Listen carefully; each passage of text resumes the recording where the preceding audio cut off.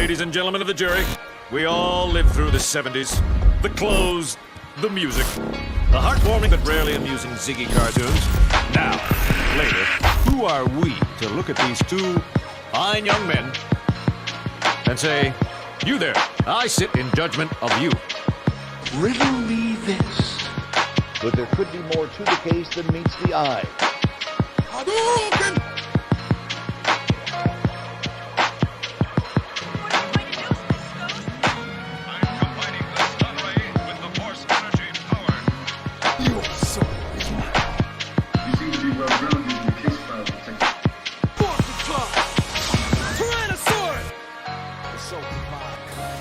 Or the stone pudding or something. I mix up some herbs and I come up with a dandy glass of this bicarbonate of fig leaf.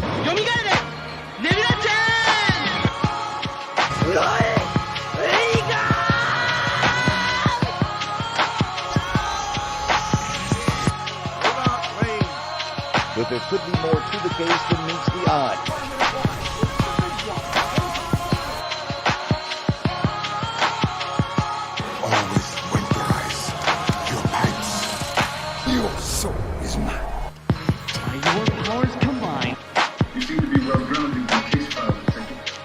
But there could be more to the case than meets the eye. Why so serious? Riddle me this. Haven't had a lot of company in a long time, but if I were expecting some, I'd whip up a really substantial meal. You see how strong I am? From eating all this stuff.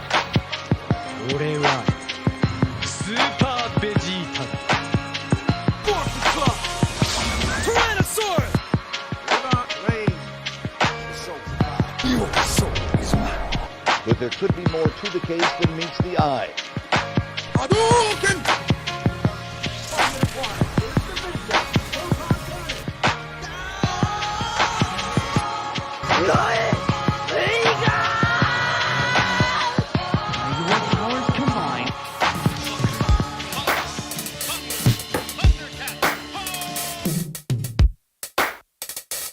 You seem to be well grounded in the case file, Detective.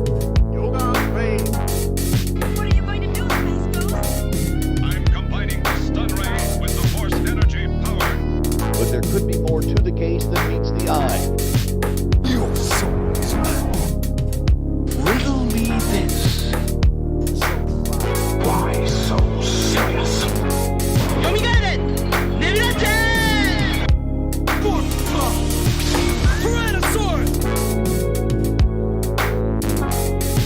Always winterize your pants. Ladies and gentlemen of the jury, we all lived through the 70s. The clothes, the music, the heartwarming but rarely amusing Ziggy cartoons. Now, later, who are we to look at these two fine young men and say, you there, I sit in judgment of you.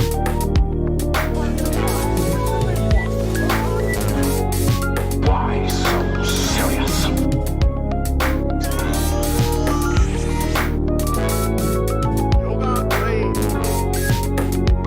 Hadouken!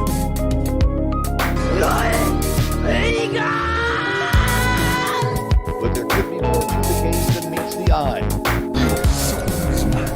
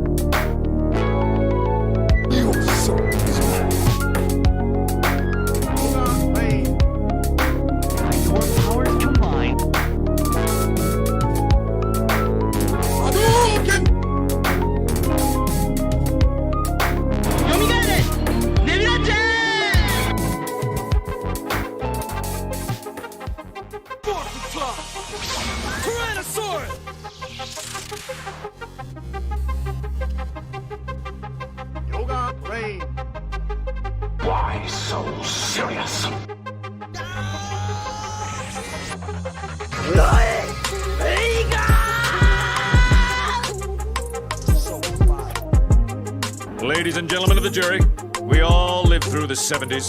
The clothes, the music, the heartwarming but rarely amusing Ziggy cartoons. Now, later, who are we to look at these two fine young men and say, you there, I sit in judgment of you. You seem to be well grounded in the case file, Detective.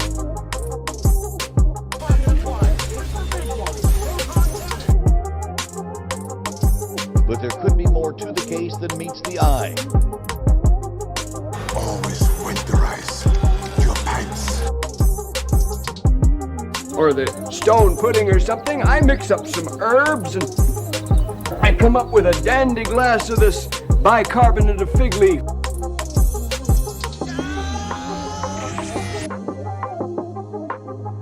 Riddle me this.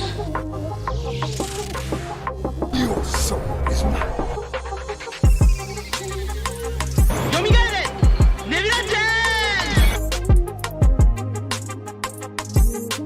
Your powers combined. Hadouzen!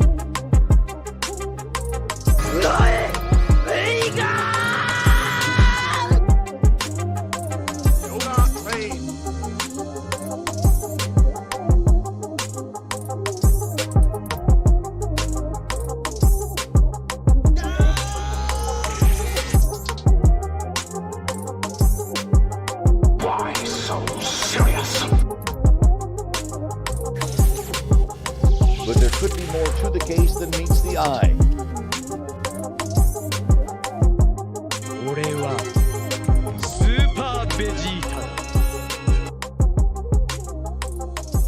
Riddle me this. The SoulProvider. Alright, what's going on? This is episode 21 of OTAKU Jump Podcast. I am your host, Soul Provider from Nerd Pill, and with me are Aizen and Omega. Omega, what's going on? Yo, what's up? Hey. Hey, what's going on?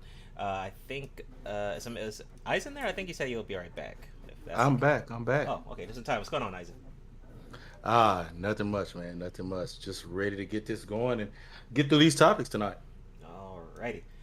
Otaku Jump Podcast is available on Spotify, Google Podcast, Stitcher, and Anchor. We're also on iHeartRadio and other formats. You can check it out in the description. Also, go ahead and join the Discord server if you haven't already, the Oasis, for all of my updates on the channel and streams and all that other stuff. You can check out those updates on the Discord server. Also, if you missed the last episode, we could also watch the playback on the YouTube channel as well. If you want to be a guest for 2023 next year, go ahead and contact me via email or Discord if you want to be on our new guest list that we will be adding guests on the platform next year and the next year and the next year. So if you're interested, definitely just hit me up and yeah, we'll get that going for you for next year. So last couple polls on the community tab. So the new one today was, what is the worst DC movie ever? Don't hold back. We'll discuss this on the podcast. So I have Wonder Woman 1894, which was, I think it's 1984. I think I got that year wrong. Which was released in 2020 with 28%, which is actually tied with Batman and Robin from 1997. That's funny. Then we got Green Lantern with Ryan Reynolds was 2011, 24%. At basically third place, and then Catwoman, what's her name? Halle Berry, yeah, 04 was 16%, and then surprisingly, Steel with Shaq was 4%. I thought that was interesting. That Steel really wasn't actually, according to this poll, it's the best movie out of all 5 of these, which is interesting. What do you? Any thoughts on that, Aizen? Yeah, I'm not surprised at all. Actually, if anything, of the two that had the highest percentage, I'm actually surprised that Batman and Robin actually ended up tying with that Wonder Woman deal, even though I never went and saw the Wonder Woman movie. the reason why is because you've got a fairly young audience over here. So I'm surprised that you had any that even saw that trash that it was in Batman and Robin, and so even more so for Steel because I think it's even older than that. So I think it's a pretty accurate reflection on your audience too. Yeah, Steel and Batwoman are actually, I think they came out the same year, 1997. But yeah, they're extremely old films. But it's shocking that I guess some people have actually viewed it. So the poll came out today. People can still vote if you haven't already. Then we'll see on the next episode how it goes for the next week and the next week. What do you think, Omega, about the worst DC movies and who won the poll, which was tied with Wonder Woman 1984 and Batman Robin from 1997? I'm not too shocked at all. I mean, yeah, it doesn't come as a surprise. It just it's like one of those things where, like, I think the first Wonder Woman just beat the second. Yeah, the first one was pretty good. Yeah, Definitely. the first one was like pretty damn good. So yeah, but I have no qualms with any of the how it turned out. Kind of made perfect logical sense. All right, next up. So Gotham Knights is coming out next month from WB Games Montreal. Gamers are kind of mixed up about the new game. So I wanted to get a poll on what was people thought was the best Batman game so far.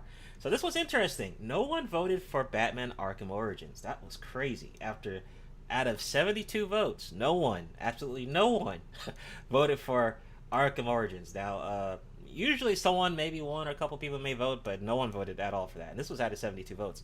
So, of course, Batman Arkham Knight with 65% won the poll. We had 8% for Arkham Asylum, 17% for Arkham City, which won second place. And then third place was the Telltale series of Batman Season 1 and 2 with 10%. Not surprising. I thought, obviously, I did think it might have been like maybe a toss-up between Arkham City and Arkham Knight. I thought Arkham City would have had a bit more votes than 17%. Just because I know the complaints of Arkham Knight, like, you know, with the Batmobile and some other things, but I definitely thought Arkham City would be higher than what we saw. Go ahead. What's I your really thoughts? didn't. I really didn't expect City to be higher. Uh-huh. Its reviews were better than Origins, but it wasn't better than Asylum as far as its reviews. And I think Asylum really kind of changed the gameplay for Batman and everything. That's what started it. It was very good. I didn't even get and then the of course the Dark Arkham Knight was good as well. I think that while doing those whole combos with the tanks were could kind of be clunky, but it was something different and new that added to it. But the Telltale series was awesome. I know it wasn't your typical push button masher, but as far as what you did in action and the story in it and the choices, it was pretty good. But I think you had a good round of choices there to go from though. Yeah, totally agree. Telltale was great. Definitely enjoyed it. But yeah, I definitely enjoyed Arkham Knight a bit more than the others. But yeah, I would definitely say that I'm surprised that Arkham Asylum is really low. I'm really surprised by that. But Omega, what do you think about the poll with the Arkham Knight winning by just a huge margin? What do you think? I think it was pretty bound to happen because it's been a while for a Batman game, and I think it's just the immersiveness with the open world aspect, but also the fact that you're getting in more depth than just not Batman yourself. I mean, I believe if it's a character creation, correct? But you're going to interact with the Bat family. With what game? We talking about the next game, Gotham Knights? Yeah. Oh no, it's not a crate. No, it's you're using Oh, okay. Robin, Nightwing, Batgirl, Red Hood. Red Hood. Okay. Red Yeah, Hood. it's Oh, not, okay. it's not a create Oh, player. It's just you're using the other the Bat family. okay. Oh, well, um, my mistake on that, but definitely the fact that you're getting more immersive with the whole Bat family. I just like the also the other setup between like it's like I think it's sort of co-op, right? Like it's like Yeah, a they have a co-op option. Yeah. yeah. So I seen visuals of it, so the graphics look amazing. So yeah, pretty cool. I wonder if it's gonna have that same Batman system, or like you know how the fighting system is. Yeah. Right. That's a really fun fighting system. Right. My only thing, a little small comment about Gotham Knights is that it's been covered with. There's too much coverage on the game, and I think I get kind of like an odd feeling, especially IGN. I see what you mean. Like The literally, possibility of it. Oh yeah, Okay. it could be They're- crap. Overhyped. yeah, Overhyped. they're showing us It'd like be a boss letdown. fights. They're showing Yeah, us they did show so way much. too much gameplay, and I'm just like, yo, let it be a surprise, man. Like, geez, like, chill out. I don't know if they maybe they had a partnership with IGN, but IGN was just like knocking out gameplay for like this every single week. I'm like, yo, chill, man. Like, Dang, I don't know. guess I'm glad get I bad haven't vibes been about absorbing it. the content like that to see it. I get what you mean though, because it is true. The times that you've seen a game just constantly get so much Coverage. It's just review been, and coverage, it sucked. but yeah, versus like well, we'll talk about Street Fighter versus Street Fighter that's coming out a whole year from now. Batman's coming out damn next month. Like let's just relax with the damn coverage. But Right. the other poll, which was the Xbox poll, I don't know if we covered it on the last episode, but with a total of 74 votes, what was the best Microsoft platform or console? The 360 was 62% won the poll at 74 votes. Xbox, the first one, the very big media Xbox, is 5%. Xbox One was 9%. Xbox Series X was 4%. God damn, OG Xbox won by 1%. God damn. PC Race was second place with 19%. So most people, at least on the Nerd Pill, prefer the 360. I agree with you. I mean, 360 was a great experience. Definitely can't go wrong with that. Any thoughts on that? It's a great experience until you become a glorious member of the PC Master Race. Once you become a member of the PC Master Race, no other console matters. That's true. I didn't have a PC back then. That's I could confirm that. I definitely can. Mm-hmm. Any thoughts on that, Omega? Yeah, I don't know. I've been looking at a lot of PC footage, and I'm starting to like actually be like, well, maybe instead of a PS4, maybe I should get a Stream Deck. Like that. Let's just say the PC is starting to win me over from the consoles, but true and true, I've always been a console guy. So yeah, how everything turned out, I think was pretty much on point. I mean, I've had an Xbox 360 before, and great titles, great games, great graphics. Definitely when it came to like online. So yeah. Mm-hmm. Okay, let's go ahead and move along. Go ahead, Omega, with Cyberpunk Edge Runners article. Yeah, so if anybody has checked this out on Netflix, it is available to watch. And I gotta say, the creators and the studio that went ahead and did it was just phenomenal with the game. I've always been into technology and whatnot, and I pretty much do feel that that's, of course, where we're headed. We're going to a more cybernetic sort of dystopian vibe kind of existence, but showing how cybernetic enhancements play off into the future is quite remarkable in this anime. But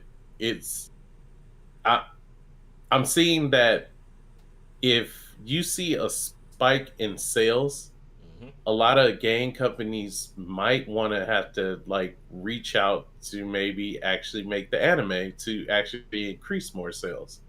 And what happened here was once the Edge Runners, Cyberpunk Edge Runners anime came out, you know, people already had the game, and of course, Cyberpunk 2077 had its issues, but it's just a very, I think, in-depth and beautiful game to look at. But as we've seen in the past month, the game has gone from occasional hitting like maybe 10,000 concurrent players on Steam to boasting numbers as high as 86,000 according to Steam charts. And this is just based off of it being a really good anime that kickstarted everybody, or maybe even encouraged other people to come and purchase this game and check it out. So, yeah, I thought this was pretty much something, I guess, if titles have a good online, like staying power, or if it just took so much effort and it was hyped up, it was, you know, we're gonna give this and it's gonna be like our best game out, you might want to have to reach out and say, okay, let's do the anime, and we'll get the people that might have been iffy on it. And of course, I do have to take into account they had these crazy ass glitches that were going on with the game, but lo and behold, I'm pretty sure they got the reins on it. They fix certain things with updates. So yeah, this definitely check it out.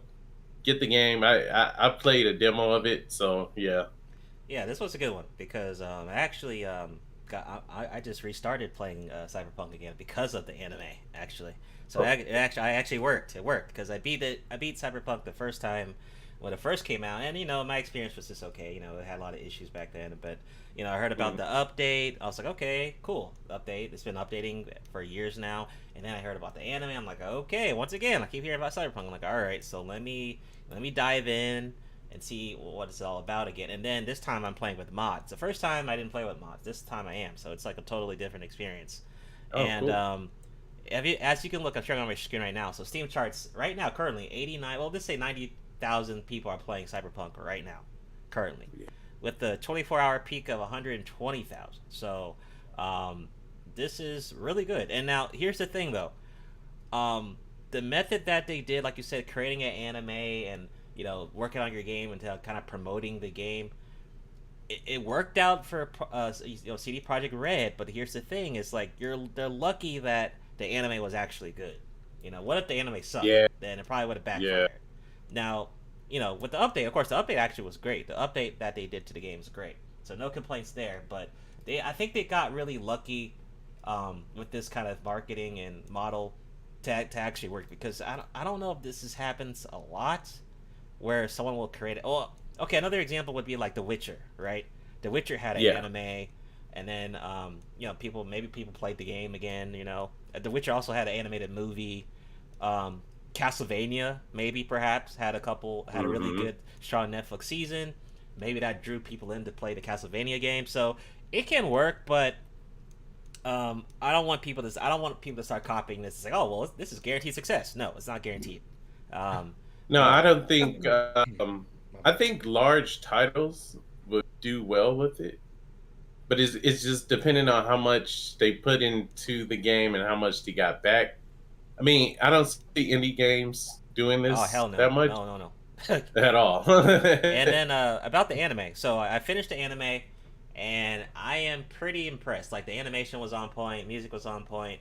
You got the feeling of Night City that you don't get in the game. I think that's one of the biggest things. The world building, and just the feel of Night City. It's just not like that in the game. You know, it really is really not. It's kind of downplayed a little bit in the game, but in the anime, it's just like crazy. And honestly, this feels like, to me, I get kind of a little bit of Gungrave vibes. For anyone that's watched Gungrave, you might want to watch it. I got a little bit of Gungrave vibes, a little bit. But I see why people said the story of the game is actually really related to the anime. So I get why a lot of people were saying that after watching it. But it's definitely good. I can definitely vouch for the anime. Is definitely worth the watch, and the game is definitely worth playing on any platform. But that's my thoughts. Eisen, what do you think? Any thoughts? I have not played the game. I'm waiting for it to go down on a good Steam sale. But I would say the point you brought up about um, the anime, the game deal, and with Witcher 3, the one thing that we cannot forget about with Witcher is that Witcher 3 was a game of the year game. It got crazy ravings. It was, it was widely more successful as far as um, critics and game players than Cyberpunk was at its time. You didn't have all the glitching and everything like that. So, and then with it being so well reviewed and such a great game, that game is it's like, whew, what 8 years out, and maybe more from when it first. So, for I mean, it's something different, for that, for somebody to be drawn into that game being so far out. But it's good enough for that. While Cyberpunk is still pretty new and fresh. Mm-hmm. Yeah, that's a good point. That's a good point. But yeah, like I said, I think Cyberpunk really got lucky here. It got lucky, you know, and I don't mind people making animes that are really good with video game type stories. That's cool, but I just don't want people to abuse it, and start making like shitty stuff and trying to, shortcut success, instead of like doing the work. Mm-hmm. But because remember, this was an L when it first came out. Well, like, let's not forget, just because you got a good anime and now you got a couple good updates, don't mean the L is just forgotten. Okay, I remember the L, dude. People were roasting the fuck out of Cyberpunk for months. I mean, so let's not forget the L. So yeah, but they did good. They did good on themselves to work on the game, and then luckily, boom, a nice anime. So hey, I can't hate there. Go ahead, Eisen, with Marvel's new Iron Man series. All right, so basically, Marvel Comics, they got some really big plans for Iron Man here near the end of the year. Basically, the upcoming anniversary issue of Iron Man, which is number 650, it'll basically serve as a conclusion to Christopher Cantwell's Tony Stark Iron Man series. So, basically, what they're looking to start up is they're trying to start. They want to have Iron Man, Tony Stark, to have his own basically born again moment, and basically the born again moment is talking about Matt Murdock. It was Daredevil, and I believe that came out in 1976. I can't remember. I might be wrong. No, 86. That's when it was. When Born Again, when Dave Mazzucchelli wrote that for Daredevil, and basically it took him to his lowest point, and basically what they're looking here for is for Tony Stark to have his Lex Luthor like opposite, to basically take everything for him to actually hit rock bottom and to build him up over again. So I'm really interested to see how that will work, because they, like they said, Tony doesn't have a real Lex Luthor opposite him right now. So that'll be interesting to see them creating this new arch nemesis for him and how that will work out. Comics is taking a nosedive over the past few years, and rightfully so, because the storylines have been trashed.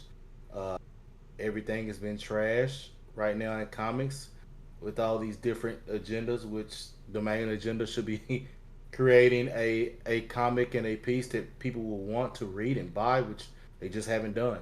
So we'll see how this works out, but I'm really interested to see what they do with it. Yeah, that's a good point. That I don't think. Well, remember, I'm a comic book noob, but I haven't heard of a Iron Man kind of a like Lex Luthor opposite of Iron Man. So that would be definitely interesting. What do you think, Omega? I know you're more into comics than me.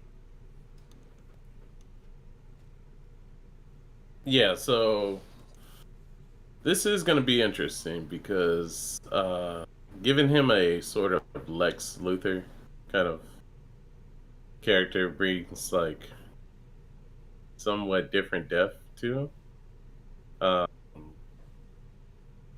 And I'm gonna have to definitely agree a lot with Asian Sama on that. Like, the the the focus should be on good story, right? And just not all the modern, you know, like movements are trying to insinuate things. I mean, it took so much. It's like a lot of the stories became trash. So like, yeah. Uh, I think it's a good step in a direction where he's not just faced with the Mandarin. Like, this is a actual human element. Like, the Mandarin was some far more mystical and stuff. So I have nothing but um just, I don't know. It's just it should it's gonna play out where either this revamps, like, Stark, like the Tony Stark, and maybe a different outlook that he has in the comics. But I mean, if it's good story, it's good story. That's where I'll leave it at. Yeah, I agree to that. Okay. All right. And what's going on, Rocky? What's going on? Shout out to Rocky. What's going on? Good to see you. He says, yeah, before Cyberpunk, CD Projekt Red couldn't miss. He said Cyberpunk anime was fire, for real. Had the game downloaded, but didn't have time to play. Yeah, it is definitely an investment. It takes a lot of hours to play that game, not gonna lie. But I'm definitely enjoying myself the second time with mods. PC Master Race, once again. So, the Nintendo Direct for this month was a couple days ago, and this just goes over everything that was released. So the sequel to Breath of the Wild is called The Legend of Zelda: Tears of the Kingdom, and will be out May of next year. So definitely can't wait for that. There is a trailer available if you missed it. You can check it out. I probably posted it in Discord. If not, I'll go ahead and do so after the podcast. It will be released on the Nintendo Switch. It includes footage of Link exploring Hyrule, both on land and in the sky. It gave us a look at the new stasis power and shattered world that Hyrule looks to have become. Also features a bunch of skydiving and Link riding around a stone bird and so much more. So that's pretty good news. Can't wait to play that. Definitely played the last one and enjoyed it. Pikmin 4 will arrive also next year. So that's good news for Pikmin fans. Fire Emblem Engage announced as a new mainline game, and it features Marth. So a new Fire Emblem is coming. It's the next entry in the series, and will follow a story set 1,000 years after Four Kingdoms sealed away the great evil known as the Fell Dragon. So that trailer is also available. Netflix, not Netflix, but Nintendo with the Switch has been pretty successful with their exclusives. Also, Kirby Return to Dreamland Deluxe brings a Wii Classic to the Switch. So more Wii Classic games are coming to the Switch platform. Autopath Traveler 2 announced with new heroes and the same wonderful 2D HD art style. So Off-Path Traveler 2 got announced, which is, I think it's a JRPG. Yep, JRPG, and will not be exclusive. Will also launch on the PC, PS5, and PS4. All right. Bayonetta 3 got a new trailer, and honestly, once again, we don't need another trailer because it comes out next month on the 28th. So no more trailers. We're good. So this will be released basically kind of near Halloween. That's looking to be good. I'm not gonna lie, I wish it was on PC though, but whatever. Hopefully it gets a PC port later in the future or something. But that looks fun. Definitely getting it on the Switch. Final Fantasy Tet Rhythm, whatever that is. I don't know what that is, but that also got. There was a celebration. Okay, this is about the franchise's music. Okay.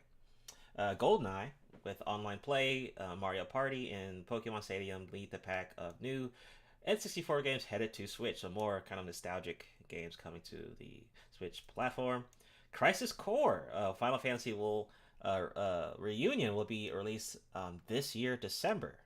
I think this is a third-party game though, so this should be on other platforms. Yeah, on other platforms. So I'm definitely getting this on PC. It's been a while since I played a Final Fantasy game. I think the last one was the remake. which was pretty enjoyable. So I'm definitely gonna play this. It looked pretty good, so definitely check out the trailer. Mario Kart 8. This is more content for Mario Kart 8. Nintendo Switch Sports, Mario Strikers, Xenoblade 3 DLC. Probably the best JRPG of the year, by the way. I mean, I really enjoyed that game. Splatoon 3, more stuff with that. Resident Evil Cloud will let Switch owners meet the lady, the Mitsuko. I don't know how to say her name. Getting the Cloud version, Harvest Moon. But I think that's the main stuff I saw. Everything else is just kind of whatever. But the main stuff was like Bayonetta 3, the Zelda coming, Final Fantasy, Crisis Core. So, some good things coming from Nintendo. Any thoughts on that, Eisen? Nintendo Direct, anything? Announcements? I will say, if I did want to have a console, get a new console again, getting Zelda, along with that Bayonetta 3 and some of those good classic N64 games, I think that would be that could almost interest me in doing it. Especially if they did a remastered version. But I will say I'm still not quite sold on on the Switch being able to hold and run new Zelda as good as it should. If it was a new one, that might interest me more. Yeah. But it looks like they got some good titles lined up though to sell it though. Yeah, that's a good thing. Like I said, that's a good point. That there might be some people that are like kind of interested to dive in with the Switch, but then it's like, well, this is old hardware. Maybe I should wait. There are you're not the only one. There are a percent of gamers that are just kind of holding their brakes just before so that we can see maybe Nintendo release some new console or something, because the hardware is definitely questionable. Megan, Right. what do you think on any the announcements from Nintendo Direct? The announcements seem pretty great, and most of the titles seem like they're going to be very fun to play, especially that Zelda. Wow, like graphics are kind of dope. I do think though, just the whole nostalgia factor with some of those titles will draw in a lot of people. But that Bayonetta, man, that's astonishing. So it's like, can they make a Bayonetta that's terrible? Like, all of them are pretty solid. Yeah, that's true. I think But Bayonetta 1 and 2 did get solid reviews. That's true. Yeah. yeah, but yeah, it looks like a great lineup. Especially with the JRPG.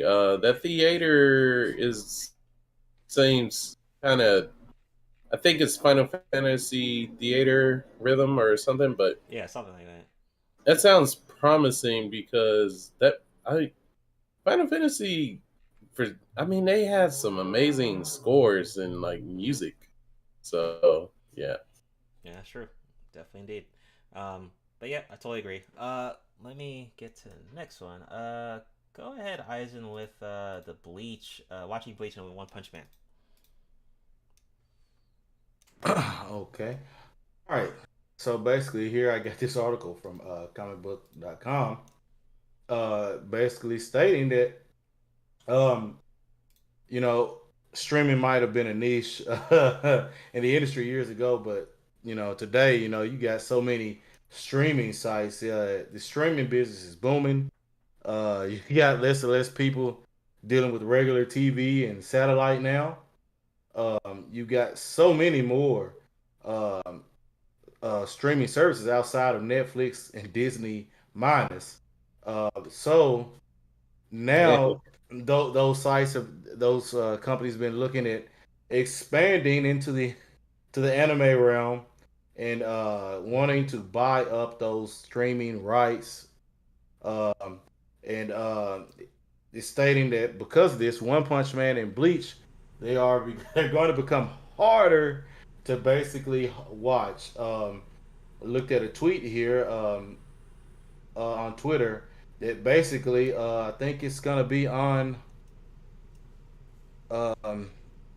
let's see here. Trying to look. Basically, it's gonna be I think on next week. Oh yeah, the 30th is gonna be the last day. You'll be able to see Bleach and One Punch Man on Hulu. Disney buying up this uh, is boy, it is putting a pinch on people. I think and I think by then too it'll disappear too.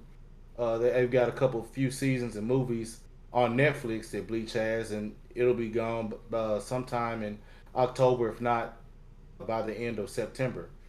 So they're trying to monopolize it.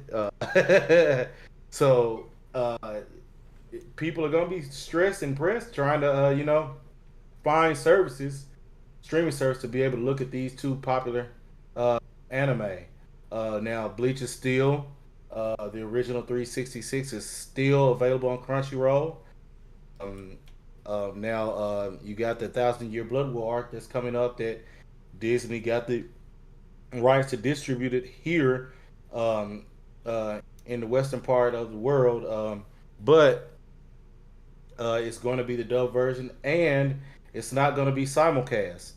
It's probably going to be a batch. Nobody's for sure whether it's going to be, if they're going to do it 8 to 10 episodes at a time or wait for the whole 60 and drop it then, which as anime guys here, we know how much more exciting and fun it is to do it simulcast and talk about it and talk about what's coming and what's coming up, where you won't get none of that with Disney minus.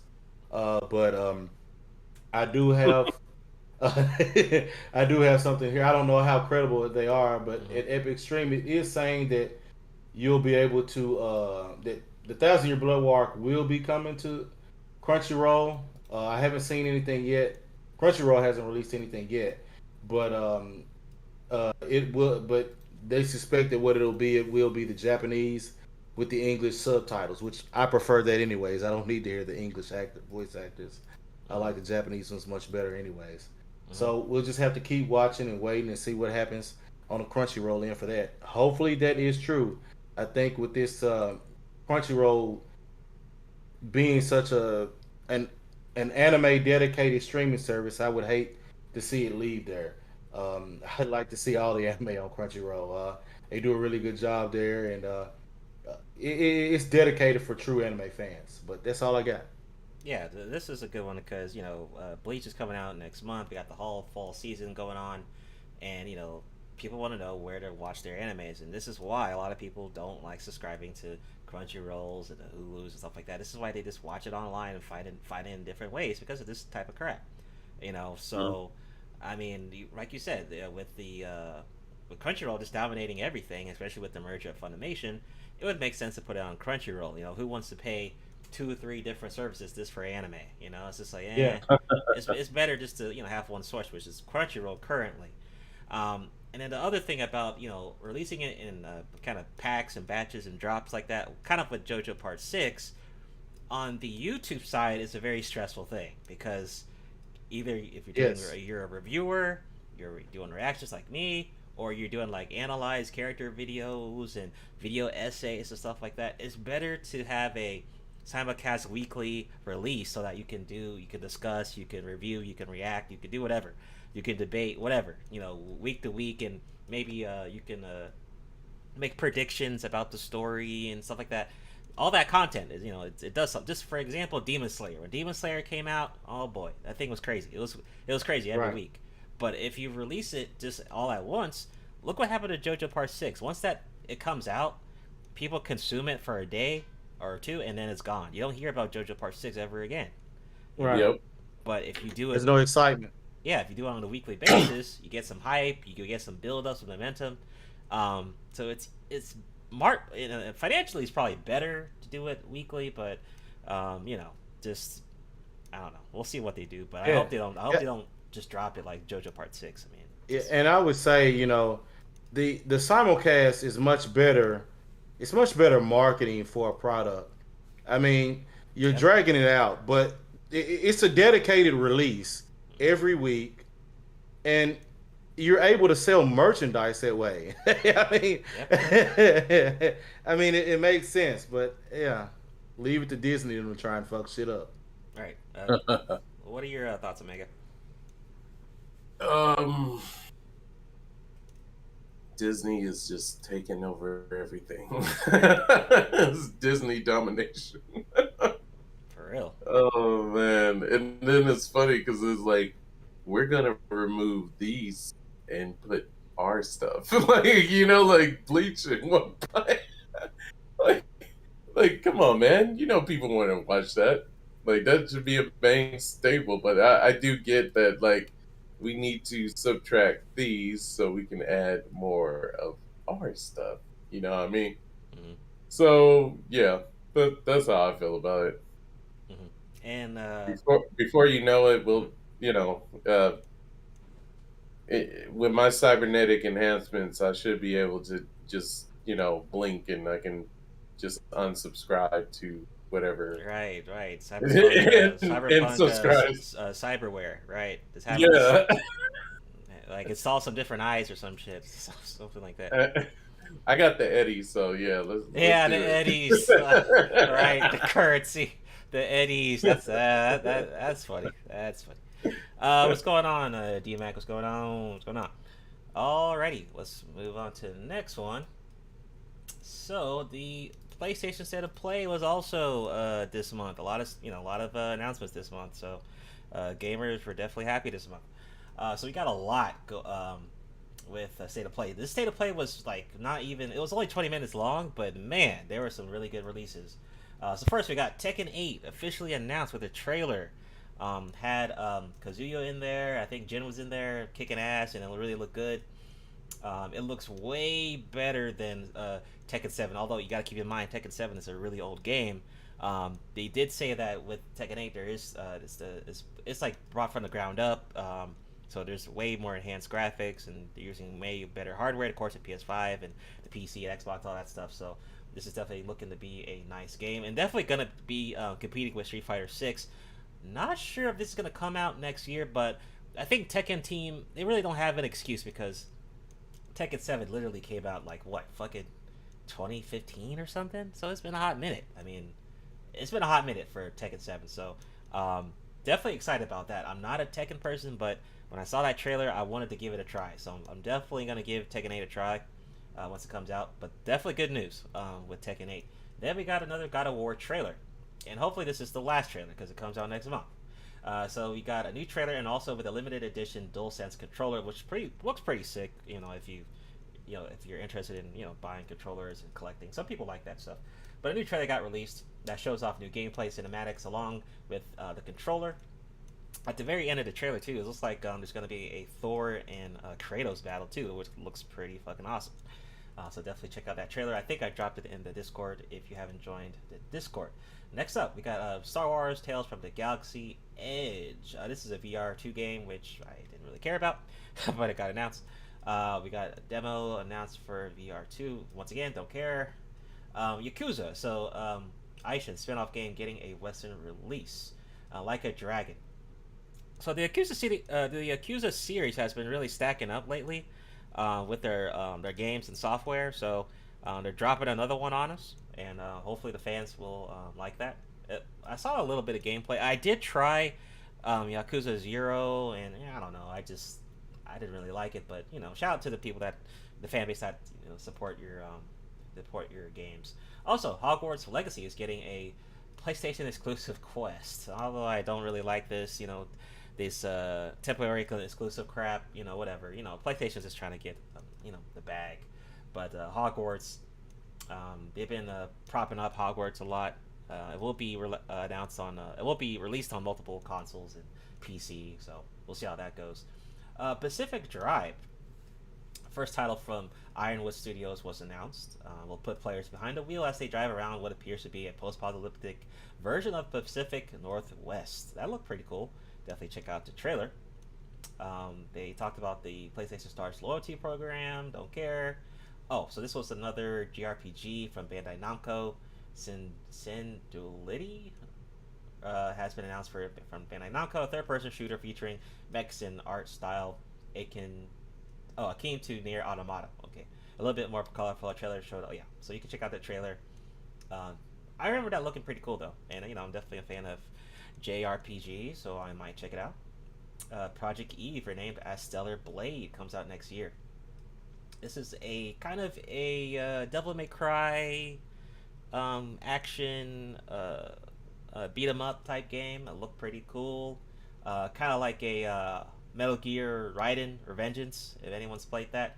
Looked pretty cool though. Hopefully it ends up being a good game. Neo developers announced open world samurai game Rise of the Ronin. So if you're a fan of Neo 1 and 2 were great games, kind of Soul-like samurai mixed type game. They're making a new game and it looks really awesome. And honestly, it kind of reminds me of what was that game that came out on the PlayStation 4? That samurai game at the very end of the PS4. I forgot the name, but it reminds me of that game. I forgot the name. Maybe someone can I'll remember later. But that looked really dope. So that was State of Play, man. State of Play was really, really good, man. Any thoughts on that, Eisen? Oh, I think I know what you're talking about. You talking about Ghost of Tsushima? Yeah, that game. Yeah. Oh, okay. What? Go ahead, Eisen. I will say, God of War. Did you say Tekken 8 was Yeah, I got announced for Tekken 8. Yeah, it got announced, but is it multi-platform or just multi-platform? Multi-platform. I would say that. I hope it's multi-platform. Damn, that would be. Yeah, I mean, for me, I hope. Yeah, don't get me wrong. For me, I hope it's multi-platform. That would be a dub for Sony. To sell that PlayStation 5, they need more exclusives. Yeah, sure. They just don't have enough right now. That God of War goes a long way. Mm-hmm. I'm trying to think of, but I mean, the games that were announced here, a lot of them look pretty good. But the two to get excited about to me were, of course, God of War and Tekken 8. I think everything else, I don't think anything is just stands out there enough to really sell that PlayStation 5 right now. Mm-hmm. That's a good point. I mean, because a lot of things are going to PC. I mean, literally, much of the launch titles are the preferred. The titles that the PS5 has had, it's they're still coming on PS4. PS4 is still getting games. I mean, even because nobody's buying the PS5, right? I mean, you just don't have enough. I mean, when you got enough good games on PS4, it's like, why go to that right now? Yeah, I don't know. We're in a weird time in gaming. Even Xbox, Xbox has been struggling with getting exclusives, and now PlayStation is, opening up everything going to PC. So, honestly, the only console that's getting exclusives right now is honestly Nintendo. That's pretty much it. You'll never get past that. Fucking sad. But Mega, what are your thoughts? Man, you guys are definitely on the mark with the PS5. Like I'm in a limbo myself because I'm like, I got the PS4 and I like the graphics there. The PS5, I'm pretty sure are maybe somewhat better graphics too, but like I'm stuck between the. Trust me, if you play Spider-Man PC... or Miles Morales on PS5 with 60 frames, that shit looks amazing. But as if you want to be on the couch, and be on the couch and you play your PS5. And you can't just justify spending that kind of money on like 4 games. Yeah, that's exactly what I think too. Like, but Street Fighter 6, right? That's gonna be coming multiple titles, right? It's not an exclusive anymore. This will be on Xbox, PC, and the PlayStation. Yep. See, that's where I'm like stuck in between, like, and it's gonna be on the PS4 PC race. And dump the PS5. Well, here's the thing about... Well, we're going to talk about Street Fighter soon, though. I got another article coming up with that. But the thing about, of course, with fighting games, you want to have the best, input, delays and all that shit, right? So yeah, you don't want lag or anything. You don't want that. So if you're doing fighting games, you want to be on PC, honestly. Yeah. Unless you're just playing offline, then do whatever. But if you're playing online... And Street Fighter 5 or whatever, Street Fighter 6, Tekken 8, you want to have a good system. You want to be on PC. I mean, that's it matters a lot because the wrong frame or if it's slow, you got to get beat to the punch every time. But that whole list that you guys went through looks phenomenal. I'm definitely a Tekken guy too, so Tekken 8 looked it looked pretty damn good. Like I just hope the roster is just as large as like I just hope they don't leave people out. Like but I know they have to add, they add different characters every now and then. So that comes with the territory. But of course, we do stay in the age of hey, you want this character, you got to buy him. Yeah, that's definitely true. Go ahead, Mega, with the Vanish #1 article you had. Okay, so yeah, it's this if you guys have been in like the 80s and 90s and you've seen a lot of work from Todd McFarlane and Greg Capullo, this artist Ryan Stigman and his whole group like definitely like brings back the nostalgia of that, with also mixing in some of the modern aspects of what we deal with as far as possibly even backgrounds or just certain issues that go on. But it's like a blast from the past, but with a modern twist. But what gripped me right off the bat was just the visual of this character, like the grittiness of the sort of gore, but also the magnificent awe of not only power but raggedness. Like it's just gritty, but then it's like magical. Yeah, like right up the bat, like it seems like the coloring, the inking, the actual stance, it they nailed it on this first cover for me. But this goes into where we have the main protagonist is Oliver Harrison, was a mythical hero who slayed the greatest threat to his realm before even hitting puberty. So now we're dealing with someone kind of like on the threshold of when you had like child actors, right? But this is like a child like powerhouse basically. But we're seeing how does that affect the person when they get into an adult age, and of course this is led to where as an adult Oliver leads an average cookie cutter suburban life, aside from the fact that he's mentally unstable, massively paranoid, smokes like a chimney, and gets blackout drunk every night to hide from the horrific nightmares.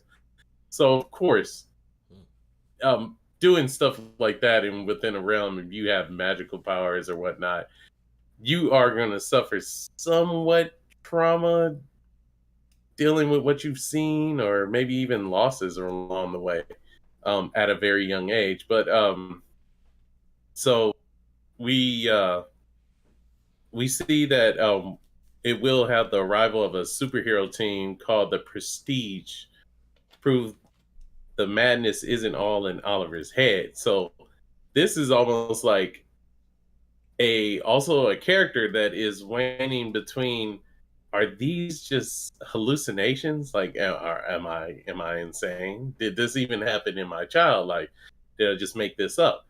But I think what's gripping about the whole like art style, and then some of the stuff that you've actually showed at the top, it's got that gritty kind of like Spawn feel to it.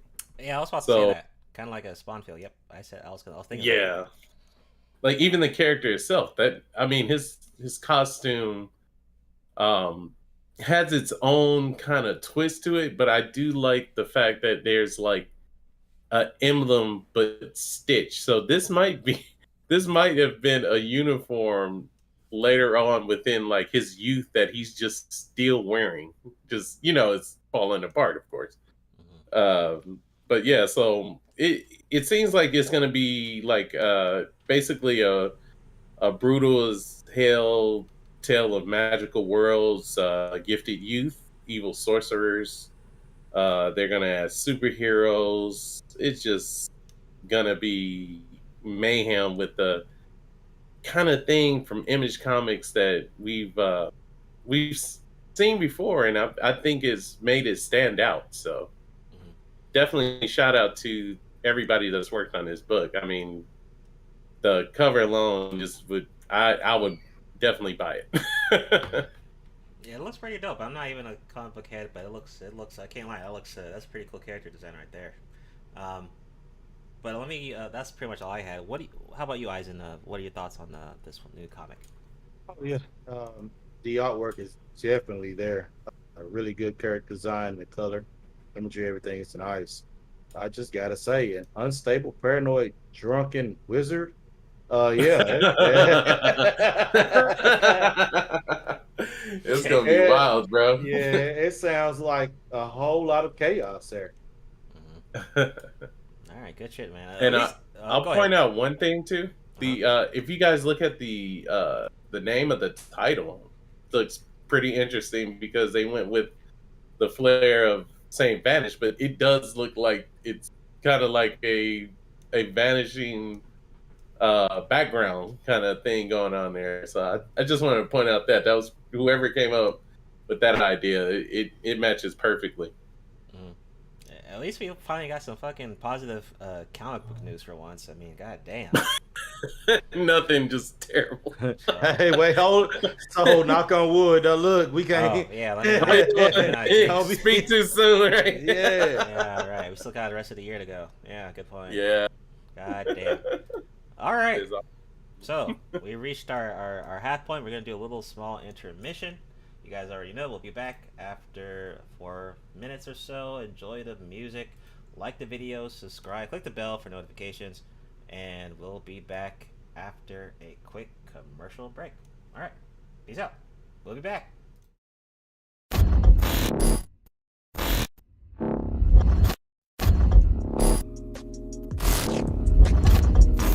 Ladies and gentlemen of the jury, we all lived through the 70s. The clothes, the music, the heartwarming but rarely amusing Ziggy cartoons. Now, later, who are we to look at these two fine young men and say, you there, I sit in judgment of you. Riddle me this. But there could be more to the case than meets the eye. Hadouken! What are you going to do, Space Ghost? I'm combining the stun ray with the force energy power. Your soul is mine. You seem to be well grounded in the case file, Detective. Tyrannosaurus! Or the stone pudding or something. I mix up some herbs and I come up with a dandy glass of this bicarbonate of fig leaf. Yoga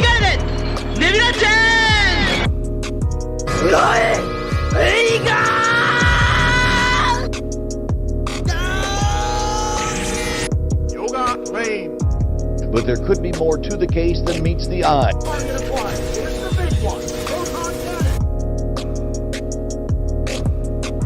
Always winterize your pants.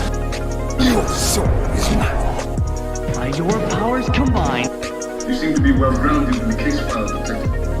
But there could be more to the case than meets the eye. Why so serious? Riddle me this. Haven't had a lot of company in a long time, but if I were expecting some, I'd whip up a really substantial meal.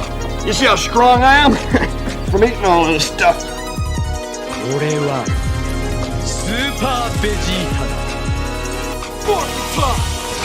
Tyrannosaurus!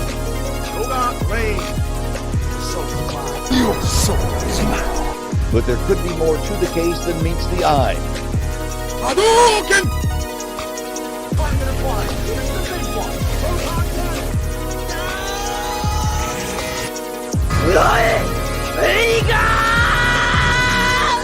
By your powers combined.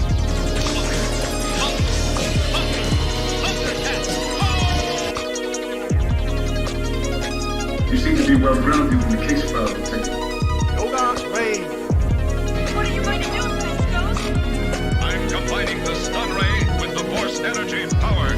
But there could be more to the case than meets the eye. Your soul is mine. Riddle me this.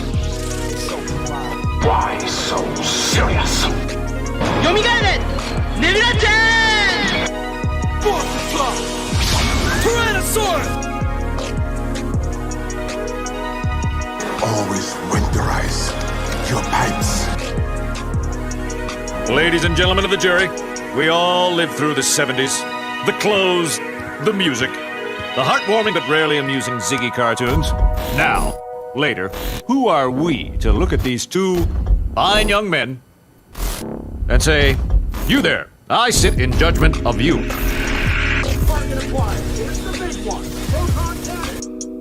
Why so serious?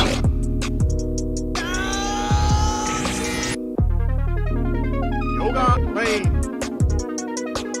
Hadouken!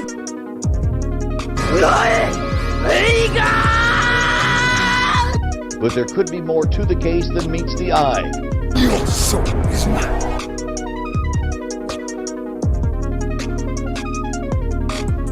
You seem to be well grounded in the case file, Detective. By your powers combined, Riddle me this.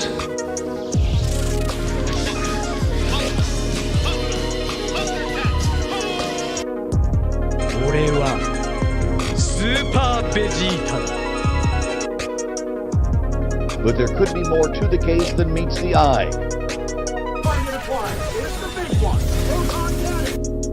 What are you going to do, Space Ghost? I'm combining the stun ray with the force energy power.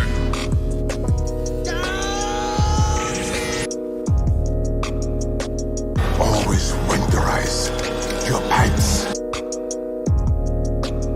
Your soul is mine.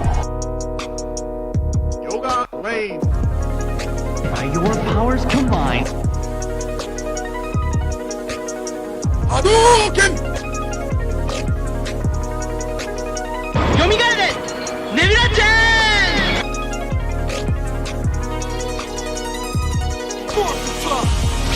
Tyrannosaur!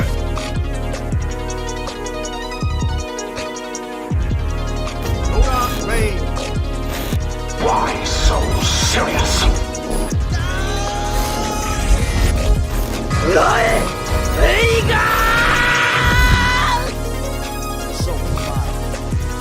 Ladies and gentlemen of the jury, we all lived through the 70s. The clothes, the music, the heartwarming but rarely amusing Ziggy cartoons. Now, later, who are we to look at these two fine young men and say, you there, I sit in judgment of you. You seem to be well grounded in the case file, Detective.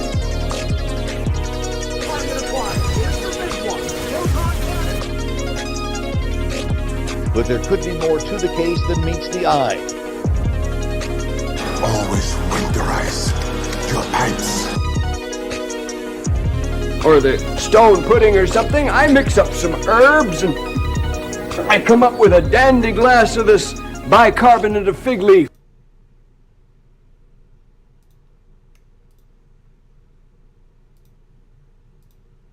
Alright, welcome back for part 2 of OTAKU Jump Podcast. This is episode 21. Be sure to like the video, subscribe, click the bell for notifications. If you missed the playback, you could definitely watch us on Spotify, Google Podcast, Stitcher, iHeartRadio, and other audio formats will be in the description. Also, you could join the Discord server, the Oasis, in the description as well if you haven't already, for updates, streams, and updates when it comes to content on the channel. I'm your host, Soul Provider from the Nerd Pill. I hope you guys are having a good weekend with my host and co-host, Omega and Aizen-sama. So we got a lot more to cover. We are not done yet. So let's go ahead. Go ahead, shout out Rocky for that. Oh yeah, that Rocky. super chat. Break time. Grab your favorite snacks and drinks. $10. Shout out to Rocky for the super chat. Rocky's been holding us down for a minute. Ever since we were doing episode 1 even. I mean, he's been holding us down. So shout out to Rocky. Alright. So, first off. So Iron Man game officially announced. So a new game centered around Tony Stark's Iron Man is now in the works. Motive and Marvel Entertainment announced a single-player action-adventure title in a blog post today. Well, this is old, but on EA's website, we're thrilled to share that an all-new single-player, third-person action-adventure Iron Man game is now in early development at Montreal-based Motive Studios.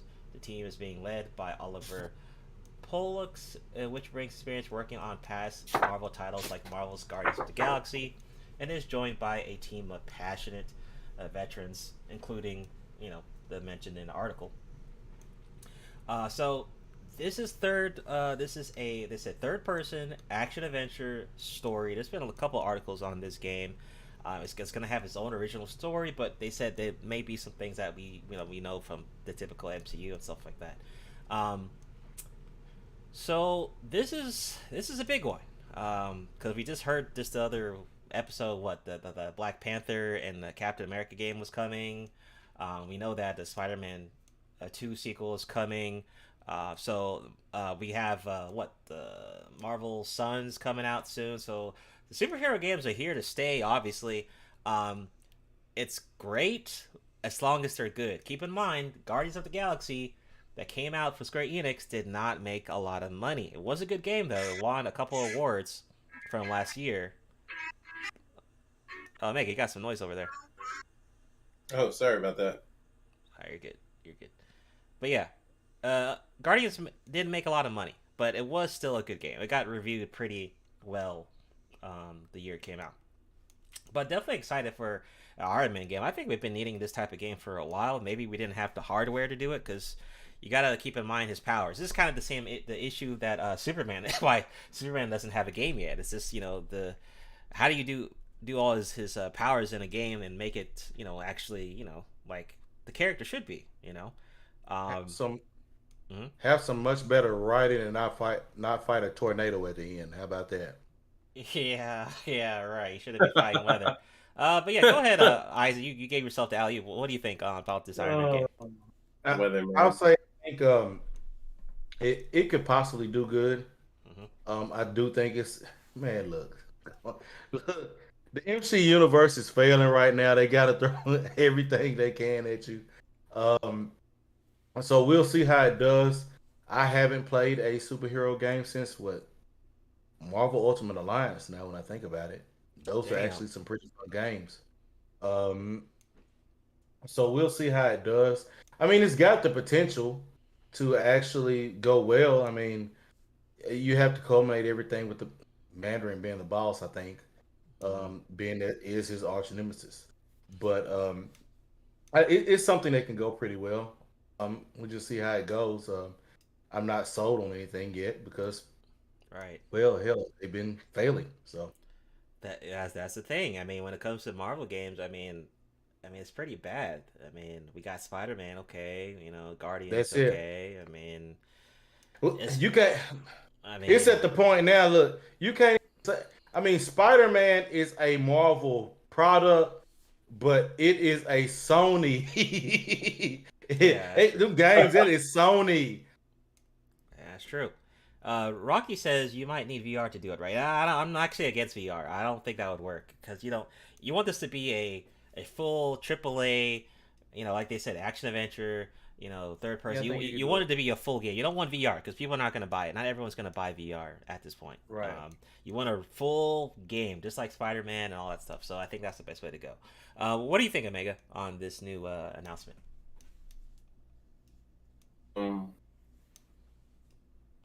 Iron Man game. Keep in mind, the last one we had was that stupid movie tie-in game that was shitty as fuck. It was bad. It was so bad. The what? That's what came to my mind. There was an Iron Man movie tie-in game we had like years and years ago. That was terrible. Yeah, it was. Oh. Well, never mind. Damn. Don't even look at the game. Yeah, Joe. don't look it up. It's really bad. I'm not. Don't worry. Yeah. But also, okay, I will say this: if it's good, then great. Because I do believe Iron Man deserves a very good video game. I mean, of course, in the past, I mean, he was Iron Man been stunting definitely with and I say this a lot even in chats every now and then, just proton cannon. Right. You know, like he pretty much been balling out in fighting games. Hell yeah. And also he did do somewhat of an arcade port with the Adventures game, so it's pretty cool in that. He very long range. But this with these graphics though, like it should be good if the gameplay is dope. If Tony is what is that? Platinum Games. You know that game Vanquish? Yeah. If they did it similar to this, I mean if it was like that, right? I would say it'd be dope. Once again, like I agree. If done right, story, all that gameplay. My thing is like, okay, his powers, right? I mean, it's almost like Superman's issue, right? Because he can fly and he can crash through buildings, just like what Superman would do, right? I mean, this is not no Spider-Man, right? Spider-Man, he can just swing there should be a around. lot of destruction. It's a little different in the sense that you can really damage his suit and then he's left with nothing. Right. Exactly. Yeah, that's another thing. His suit getting damaged. That's another point. So I think the final boss, he'll have to find a way to overcome tax evasion or something like that, and that's how he wins. I mean, they're gonna have to really work hard on this game. This it can't be no stupid, whatever. They gotta really this might take years of development. I mean, they're gonna do it right. But it's funny because in the comic books he has so many different foes that he's gone up against. I mean, I would even like to see him go up against Magneto in this game. Like that would be kind of cool. Like but okay, put it like this: he has not only offensive abilities, but he has defensive abilities, right? But also, the guy's a natural born genius. He's a genius. He could probably hack the enemy. You know what I'm saying? Like turn shit on, or gain access to places where you normally could not go. I would say you'd have to involve Hammer Industries. Have something where they steal some of his tech and stuff like that. You got a whole bunch of motherfucking Iron Man suits running around crazy. Stop stealing my shit! He's just flying around. Look how many villains they had in the Sony Spider-Man. They had tons of it wasn't like crazy boss battles, but you still had a couple of boss battles along with tons of villains show up in the game. So I mean, you're gonna have Iron Man's real gallery in the game. You could definitely for sure. But I think with the good development and they just take their time. I mean, I think it can be done, but I'm just wondering about the power set. How they're gonna do it with the flight and all that shit. That's what I'm kind of concerned about. But unless we can just predict and guess. We'll see what what happens when they get new gameplay or whatever. It's a Batman with armored tech that can fly. I mean, you're an idiot if you fuck this up. They make Batman work. They can do the same thing with him. That's true. They did make Batman work.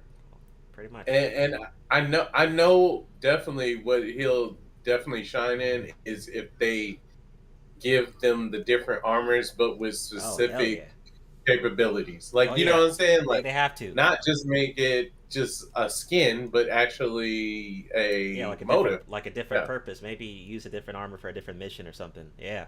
Right. That's what Iron Man does. So hell yeah, that's gonna be hella hype. That's gonna be pretty cool if they do that. You really have to. You can't even avoid that shit. You have to consider that shit. That's what Tony Stark does. I mean, and then you made another good point about him being in other games. I mean, he's been in several games. I mean, Marvel's Capcom, all the fighter games, the Alliance games. I mean, he's appeared multiple times, so it's kind of like a no-brainer. They might as well take the IP. Oh yeah, definitely. Make it everything y'all just said about they're making a different armor for different occasions. You would have to be a fan. And you're correct. Right, something like that. Yeah. Which is why comic books and everything suck now, and TV do too, because they're not fans and they're just throwing crap in there. Yeah. Oh, you know one thing though? I kid you not though. I do promote that when they make it, they give him the proton cannon. Oh, Unibeam? Hell yeah, force. he's gonna have that. they definitely do that. Oh, Hell, okay. Oh, you're talking about the actual move, like the big ass cannon thing. Yeah. That'd be funny. Please have that. I mean, it might as No, well it can't go over the top like it now. That'd be funny as hell. But yeah, it does. not. It does tend to materialize, but I just love whoever the voice actor just says proton cannon. Like, they could probably do a little Easter egg on that though. I could see an Easter egg. I would say probably. if you made a specific suit with that, maybe, but you can't. Yeah, they're not gonna. No, they're not gonna do that. I mean, but as an Easter egg, I'd be down for it. As an Easter egg or something. Pointing to Marvel's Capcom or something. Can we have him have a voiceover stating, "I'm peeing in my suit right now"? That is something and that's it's being processed in the energy. He made a joke about that in one of the. I think it was Iron Man 2 or. Yeah. I know it was a joke. He said like it's a filtration system, but it's rerouted back into energy for the suit. Mm-hmm. We'll have to see with that game. But other big news: Constantine 2 and its predecessor radioactively fit perfectly into the DCEU. So a Constantine 2 starring Keanu Reeves has finally been announced, and the movie is getting a predecessor that could fit well into the DCU framework. So says long before shared movie versus were a thing, Warner Bros. Brought DC Comics Hellblazer to the big screen in 2005 with Constantine. Though Constantine Reeves' vehicle was quite different from the source material, the movie earned a noticeable following. Yep, definitely true. Definitely a classic movie. I enjoyed the hell out of that movie. Those calls have finally been answered, and it could mean more than just a follow-up to the original film. With some nudges and tweaks here and there, both the upcoming sequel to Constantine and its predecessor could fit into the DC extended universe that would allow for more magic amid the superheroes, all while possibly giving rise to a magical team that's long been in development. This is another Constantine-related project meeting its end now. It's for the perfect time to bring Keanu's version into the universe that Zack Snyder's built. So, super late to announce Constantine 2. I mean, after, I don't know what year the first one came out. I don't know if any of you guys remembered when the first one came out, but golly, I mean, it's been a hot minute since the first one. Yeah, that was like 20 years too late. Was that like the 90s? Almost. Like the early 2000s? Early 2000s. Yeah, it's 20 years too late. I do think it's a bit late. I mean, I'm cool. And if they were going to do a Constantine, I'd just say just do a reboot. Just fuck it. Just new actor, reboot. Just don't, But to have, I mean, Reeves is cool, fine. But it, like I said, like you said, it's kind of just way too late. But any other thoughts, Eisen? Go ahead. You can. Man, it's 20 years too late. You've let Matt Ryan become Constantine. Keanu Reeves. Keanu Reeves is droopy dog. I mean, come on now. He's never changed any of his facial expressions in any movie except for Bill and Ted's Excellent Adventures. That's it. Oh, that's true. Every other role, his face stays the fucking same. Yeah. You've let Matt Ryan come in and become Constantine. It's 20 years too late. Mm-hmm. You said Matt Ryan. Who's that? He's the blonde guy that played him. Oh, on TV from CW. And that was even before before they had him on over there in the CW. He had his own show before they sent him over there to the CW. Yeah, he had his own Constantine show. Oh yeah, and they canceled it or something. I think it ran for like 2 or 3 seasons. He's actually okay. He actually portrays him more likely he is than Keanu Reeves does. Damn. Okay. Megan, what do you think? Constantine 2 getting announced all out of nowhere and shit. I'm gonna say, fuck yeah. Heck yeah. Constantine was a dope ass movie, so it definitely deserved a second. Out of nowhere is bizarre. but that fucking rocks. So, especially yeah. during like the crazy ass DC, like everything is getting like fucking snapped and canceled and shit. Yeah, like It is back kind and of odd forth. time for this Yeah. get announced, but I mean, we'll see. I don't know. We'll just see. I don't know. DC, Yo. you never know. This shit could be canceled like next month. You never know with DC. So. It could be like, oh, we gave it up. No, we take it back. Right. But no, definitely. It is. It's random, but I could be wrong about this, but I am sort of surmising that. Okay, Sandman came out, right? Yep. We actually seen a descendant of Constantine, which was a female. Oh yeah, right. Yeah, it's true. Yep. So this could have been a spark at the time, like to say, like, hey, let's go at it, because I don't know. I think maybe even some people enjoyed that character, even though it was just one episode, But that could have just been like, hey, let's go for it. Of course, Constantine 2 could have been already be in the makings, but just to drop it like this, kind of, with the Sandman vibe too. Like, so yeah, I'm gonna go with that. But either way, that fucking rocks. Okay, I'll leave it at that. Okay, not bad. And shout out to Dorian. What's going on, man? Shout out to Dorian. Shout out to Dorian with his funny self.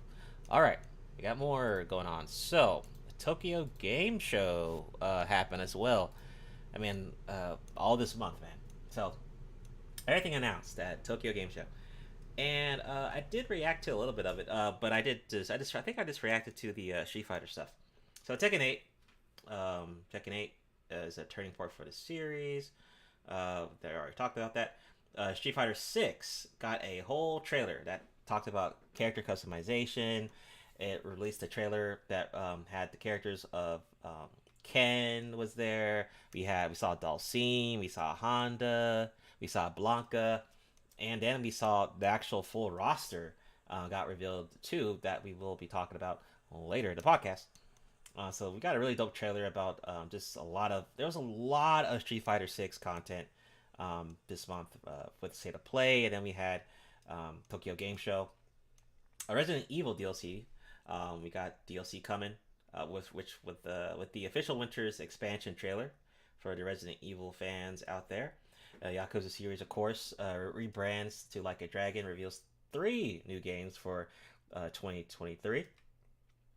So that will be, I think we already talked about this, Like a Dragon 8, a spin-off starring, I think we already talked about this in the other Nintendo Direct article. Sonic Frontiers says Sega details supersonic boss fights. Okay, so more content for Sonic Frontiers, which I think is coming out next year, I believe. Let me see. Says Star Wars Eclipse will merge action adventure with the fundamentals of Quantic Dream games. So you remember, what's a good example of those games? Like those games that are kind of like story based, kind of like Telltale. Well, no, it's not Telltale, but it's like those really like Heavy Rain. Yeah, like those things. Yeah. So looks like that's gonna be the style for Star Wars Eclipse, which we'll just see what happens with that. One Piece Odyssey gets a release date for next year. I'm still kind of I don't know. One Piece games, Musou, we got the Musou games, cool, but this is a JR, like literally a RPG type style game. One Piece games don't really do that well from what I seen, but I don't know, maybe this will change. We'll see next year. Monster Hunter Rise, it's on break, adds 3 new monsters, so more DLC. I think it's free DLC actually for Monster Hunter fans, so you guys get that. The Souls-like Wu Long Fallen Dynasty, I think there was a demo for this. Yeah, so a new demo is out on PlayStation 5, Xbox, which you can play. I don't know if it's still there, but definitely check. But I did see a lot of people doing playthroughs of it, and people seem to like it, which is directly from the Neo titles. The Awakener Arisen is a new RPG from Chinese indie developer. Okay. Exoprimal. So this was another. It's like a dinosaur survival game. They kind of have a couple of trailers from it. It's a multiplayer game. It's just okay. I don't know. I wasn't really too impressed with it, but maybe if it seeks your interest, definitely go check out the trailer. Deathloop update will extend the ending and more Game Pass news. I don't know why they're still doing content for Deathloop. I don't know, man. This game, I never played it and I never cared about it. I don't know why people like this game or what. I don't know. It got good reviews, I think, but I just don't understand why. It didn't seem like a game that was that interesting, to be honest.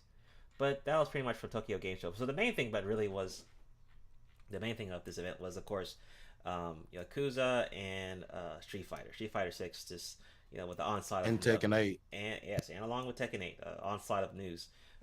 Any thoughts on that, Eisen, with the announcements for Tokyo Game Show? Yeah, I'll just say that those three are the most interesting. Obviously, I will say I'm really not too interested in Street Fighter unless Fei Long is back. Yeah, I don't think he's not. I don't think he's back yet. He might be DLC. Oh, yep. But, yeah, I don't know.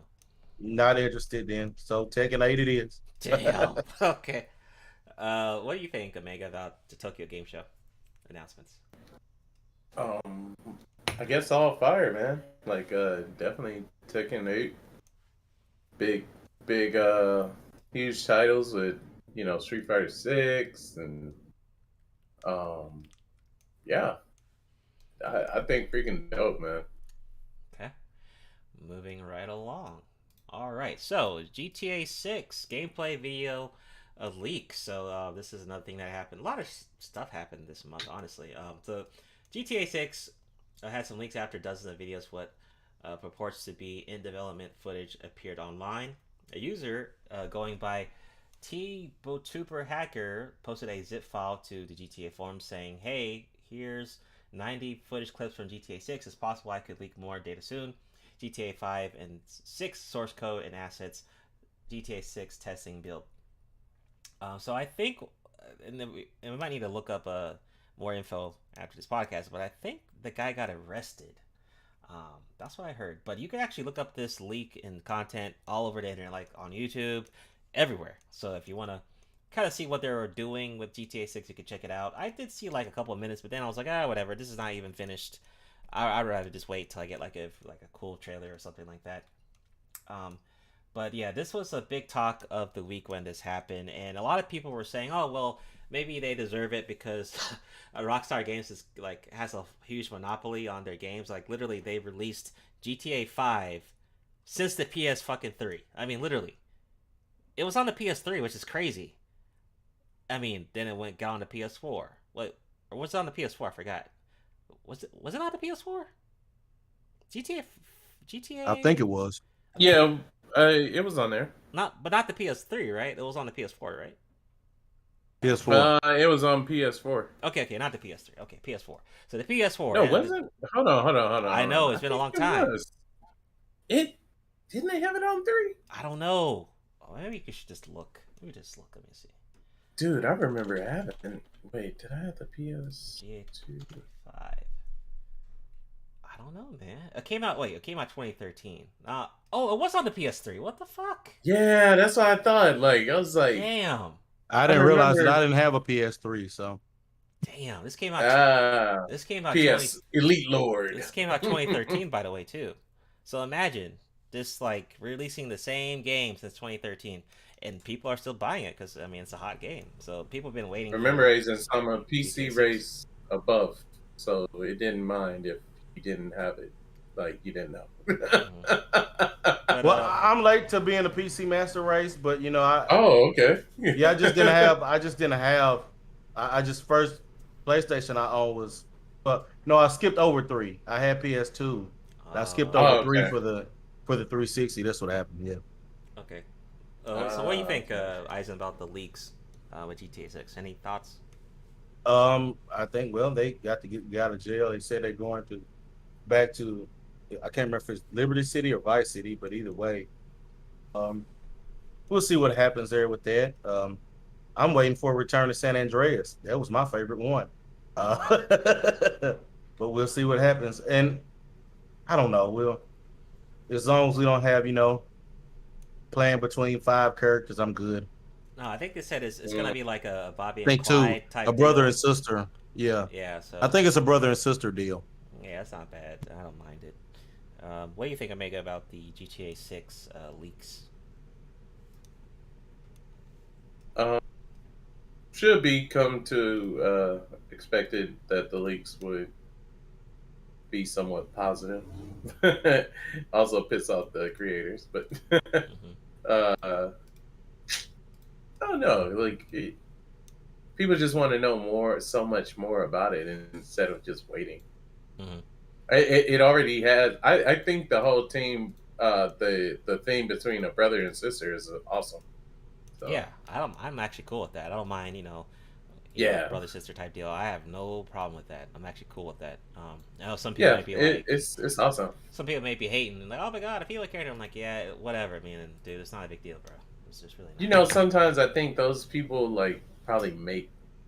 Yeah, they probably like, you know how you make a male character at first, because you always do, and you'd be like, "What? How does it feel if I use a female character?" Like, I've had this game for like 6 months now. Why not? Like, I actually did that with Monster Hunter, and it's funny. It's no difference. But you know what's the actual difference between Monster Hunter? The armors are quite different for the female characters than the male characters. Right, of course. The one thing I did want to say real quick, Uh-huh. I think if they blended those two, the brother and sister kind of characters together to kind of work at points like what was that in Resident Evil 5?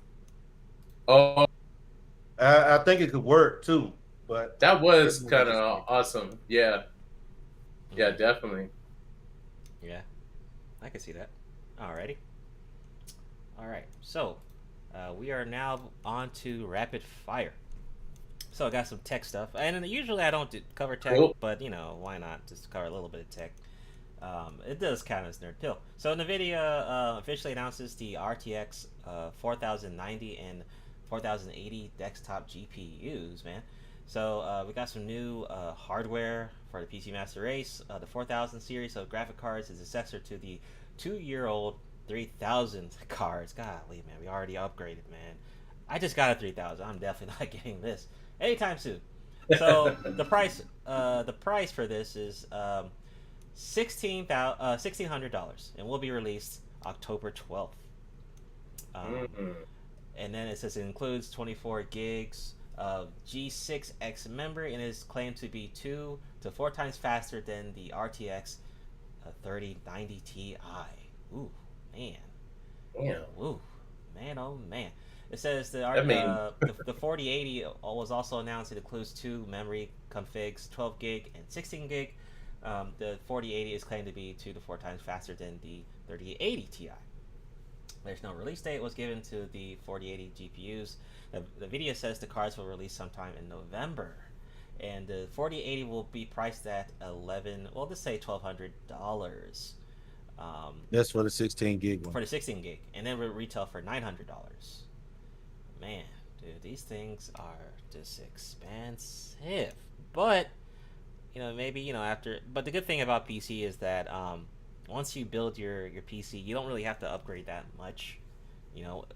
It's best to start off with a good GPU and RAM and CPU. And once you got a good CPU and the GPU, then you pretty much don't really need to worry about upgrading like that much. But PC Master Race, they're gonna keep building these hardwares and people are gonna keep buying them and then reselling them for overpriced bullshit. But just be careful when you're shopping, But good stuff. Anything, Eisen? Only thing I got is they're gonna be on the shelf for a while with me. For real. I literally just got my 3000. I'm sticking with this shit for a while. I don't even have the 3000, so you just upgraded, so you're like, what? Fuck that. I'm good. I don't even have the 3000. I don't have 4K TV, so I'm not worried about that. Oh yeah, I don't. Well, yeah, mine. I think my TV's like 4K 1080, but I'm cool with 1080p. I don't need all that other shit. What do you think, Omega, about the new cards for NVIDIA? I can say my nanomachines and my spinal cord fluid said yes, get it, just bring it on home. But like no, like I okay, put it like this: how the speed is gonna be phenomenal, right? Like Yeah, I it's gonna mean, be insane. you're okay. We're talking like the low screen. Like you probably will forget what a low screen is. Like it, you know that little bar when it starts like load. Yeah. Like it's just gonna go in and then boom, you're in. So like it, I don't know. It's just it's amazing. It's phenomenal. It could be something where it is a tad bit into a higher budget, but if you are into this is a just high ass speed budget and aggressiveness, people are gonna go for it. But I guess it depends on what you're doing. Like if you're just like a casual gamer, I would not even worry about yeah. cards. If you okay, say for instance you do this for a living, get that shit. Yeah, if Fuck you're it. like maybe a pro player, esports type deal, yeah, go ahead and shit. Maybe even your sponsor will pay for it. But if you're just a casual, Oh yeah, you're right. Yeah. You know, maybe get it when it's on sale, get a deal, or if you get a deal, go for it. But I will say, if you're building a PC and you're starting off with the 4000 series, like god damn man, you're good for a hot minute. Like you're good for a while if you get this shit. Like, you really are. Like you don't even need to touch your PC ever again. You like know? look, like I said, my nano machine bros, they said, can you shrink that down and then put that inside of your frame and then boom, like we're in there like swimwear.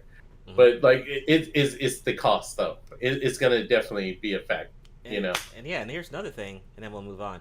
I mean, even if you get it, it's not like 100% of everyone that's gonna buy those cards are gonna have it at max settings anyway. I mean, even me, I don't. That is true because you might have to actually tear down and build up, right? You might have to. Oh, with mine, like I have a 3000 series, and I don't even use max settings on mine. I just be playing. Oh, okay. Like, I just just normal settings. I That's don't really optimal. yeah, because I'm not trying to hear like my PC fucking just like breathe like a stuff to like get a heart attack. So, yeah. And shout out to Rocky. He says RTX 40 series pushed back my PC upgrade schedule. Oh yeah, man. I'm sure. I know, Rocky. Damn. Yeah, man. I'm sure, man. All right, moving on. So Twitch removes its best paying revenue split for streamers. Twitch is removing its best paying 70-30 revenue split for most of its streamers as it commits to standardizing its 50-50 split instead announcing a blog post from Twitch president. The streaming platform denied a 2020 petition that now has 22,000 votes to provide all of the streamers with at least 70% of subscription revenue. The 50-50 split is the most common revenue agreement. Twitch has been offering what is called premium deals to some of its top streamers that granted the more profit 70-30 split. These premium deals are no longer being offered. Those on them. Currently, streamers with bigger audiences will see their revenue reduce in the future. Okay, it says in an ideal world where all streamers would be on the same set of terms regardless of size. However, that policy would have a negative impact on the streamers currently on those terms. Okay, so they're sticking with 50-50 instead of 70-30, and they're removing the I think they said they're removing the premium deals to like bigger streamers. Well, yeah, it's once gonna be again, reduced. This is why you don't rely on these things to live. But you know, I understand. You know, the esports world and all that other stuff. You know, I understand it, but you know, I know a lot of streamers. I would be pissed too. Shit, if I knew my money was gonna fucking lower because of you know, this shit. So I get it. You know, that they're losing like literally 20%, which you know sucks. You know, so I get it. I see why people will be pissed off, but this is why I don't fucking rely on these things. But any thoughts, Isaac? Nothing really. I mean, anyway, why wouldn't you expect them to get screwed over? Exactly. There you go. Omega, anything? Quick thoughts? Best friends, but I mean, how does this affect just more of the people at the top of the Twitch, or? I would say it affects. Yeah, it probably affects more of the top because I don't think there's a lot of. I mean, I don't know. I'm not really on Twitch like that, but I would assume that there's a small percentage of top streamers versus the regular common streamer, right? Hey, So maybe they want. Oh, okay. Go ahead, Ainsley. I was gonna say they looking to cash in on them women sitting in bikinis off in the kiddie pools. Oh yeah, I thought about that too. I was just gonna say it now, boy. Yeah, because that 50-50 split, that just means they want to, they're not that 30%. They want more, so they want more of the pie, basically. Them eddies for the biddies. The eddies. But yeah, I mean, I get it. But, yeah, but I wonder, would this would probably okay. It's not something where you could be happy about it if you just start. Right. You might curtail and just be like, maybe I should go elsewhere. Yeah, that's true too. Like if you maybe other streaming platforms may have a better cut for you. So, yeah, that's a good point. They may say, hey, well, Twitch is only doing 50-50. Fuck that. Let me go to another platform that might be offering 80-20. You never know. So, all right, this is what you do. You get yourself a really cute Asian chick, right? You play the game, but she just stays there and just you doing the it's a partnership. Like she's there, but you're doing the gameplay. All right, so next up, Little Mermaid live action trailer flooded with racist YouTube comments and downvotes. So, oh boy. So the Disney live action Mermaid trailer featuring Hailey Bailey is being subjected to racist comments and over 1 million dislikes on YouTube. Blatantly racist comments and over 1 million dislikes have been lobbed at the teaser trailer for the live-action remake of The Little Mermaid. So during the D3 Expo, they released a trailer with Hailey Bailey as Ariel, singing a verse from the original movie song "Part of Your World." The Chrome extension returned YouTube dislike, designed to show viewers an estimate of a video's dislike total after YouTube removed the feature, places the trailer's dislike count at over 1.5 million. God damn. And then they said, says, dislike aside, the trailer's comment section was filled with racist outcries from people upset that Disney chose a black actor to play the iconic character in this new live action. So there was a little bit of rumble about this. I honestly don't care whether about what color the main character is, as long as the story is good, then cool. But Disney live action, like Mulan, wasn't that good, Although Aladdin didn't make a lot of money, I will admit Aladdin made a lot of money before the whole COVID happened. But I mean, if the actor's good, she's good. I mean, whether she's black, white, whatever, I don't care. But I mean, hey, it'd be worse if they made fucking Ariel a male. That'd be fucking stupid. But at least she's still a female, doing her mermaid thing. So that's my little short thoughts. Eisen, anything? My thoughts are I could care less. It's about The Little Mermaid. Right. And I boycotted Disney anyway. So, yeah, I could care less. Okay, right. Okay, Omega, how about you? Okay, this is one thing that I, for the life of me, I don't get. I understand it. Like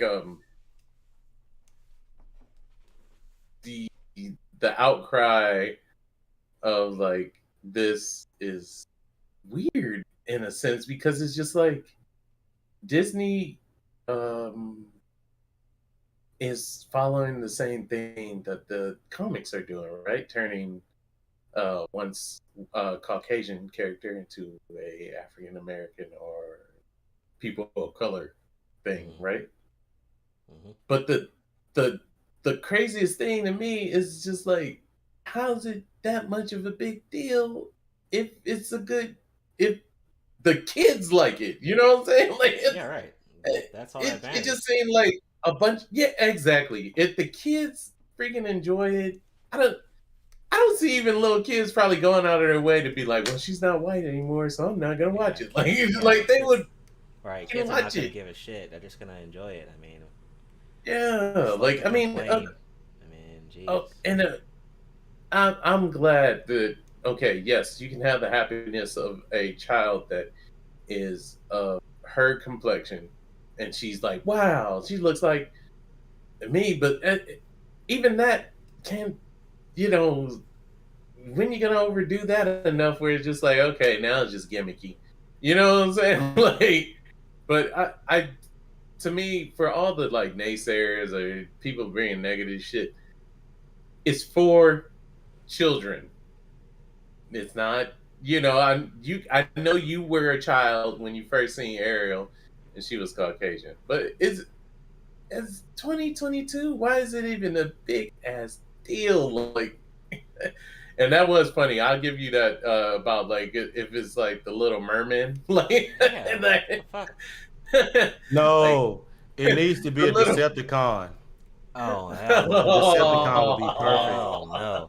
Okay, so Yasuke says in the chat, there's a history of characters who were originally black that got turned white instead.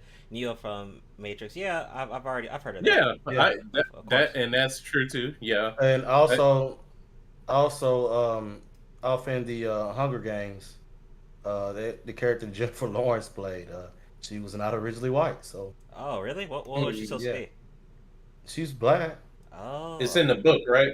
Yeah, in the book. Yeah. Oh, okay. Yeah, little stuff like that. I don't give a shit. As long as the kids are happy, if they made the Little Merman, what are you gonna do? Like, I'm tired of this ocean. I wanna have some legs. I wanna go running and shit. I wanna go to the city. I wanted a Decepticon that way I could see how they would really react to that shit. It'd probably just be dead silence. Nobody gonna try and utter a word about it. Yasuke, yeah. Like, what was that other movie? Shit, with Christian Bale and the other dude. Like they played like people from Egypt. I forgot that. Was that the? But like it was weird. Like they had those people. They had those actors as Egyptians. That shit was really corny. All I gotta say though is they keep bitching about that. We're gonna turn He-Man black. Well, as long as Kevin Smith isn't doing it, it might be okay. I know, right? It might be all right. Oh yeah, man, that dude. Yeah, that dude. All right, moving right along though. Yeah, Gods of Egypt. Was it Gods of Egypt? Are you sure? Oh yeah, you're right. Nah. It was Gods of Egypt. Wait, right? That's not it. With Christian Bale? Is that it? Was it Christian Bale? No. That's not God of Egypt. It was another movie with Christian Bale. I'll look it up later. Shit. Wait, let me just look that shit up now. Fuck. Christian Bale. Yeah, no. Gods of Egypt wasn't Christian Bale. Egypt. That was Gerard Butler. Oh yeah, you're right. Egypt. And Jeffrey Rush. They still white though.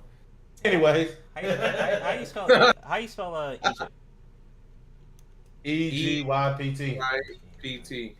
Yeah, Exodus, Gods and Kings. Yes, that was the movie. Yes. If you're pro-black, it's Kemet. Exodus, Gods and Kings. That was the right movie. Oh, Gods and Kings. Yeah, man. But okay, moving right along. So Squid Game director might ask Leonardo DiCaprio to join the cast for a future season. Squid Game writer Hwang Dong-hyuk has considered asking Leo to join the cast of the series for a future storyline beyond season 2, which is set to premiere in 2024.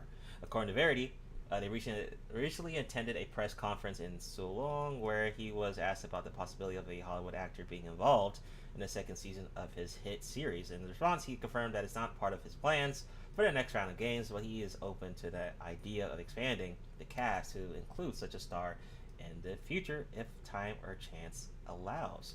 So, cool thing, Squid Game when it first came out was a big hit, surprisingly, and then originally it wasn't even supposed to have a second season, but then because of the success, they said, hey, why not? Let's get that back. So I can't wait for season 2. It should be good.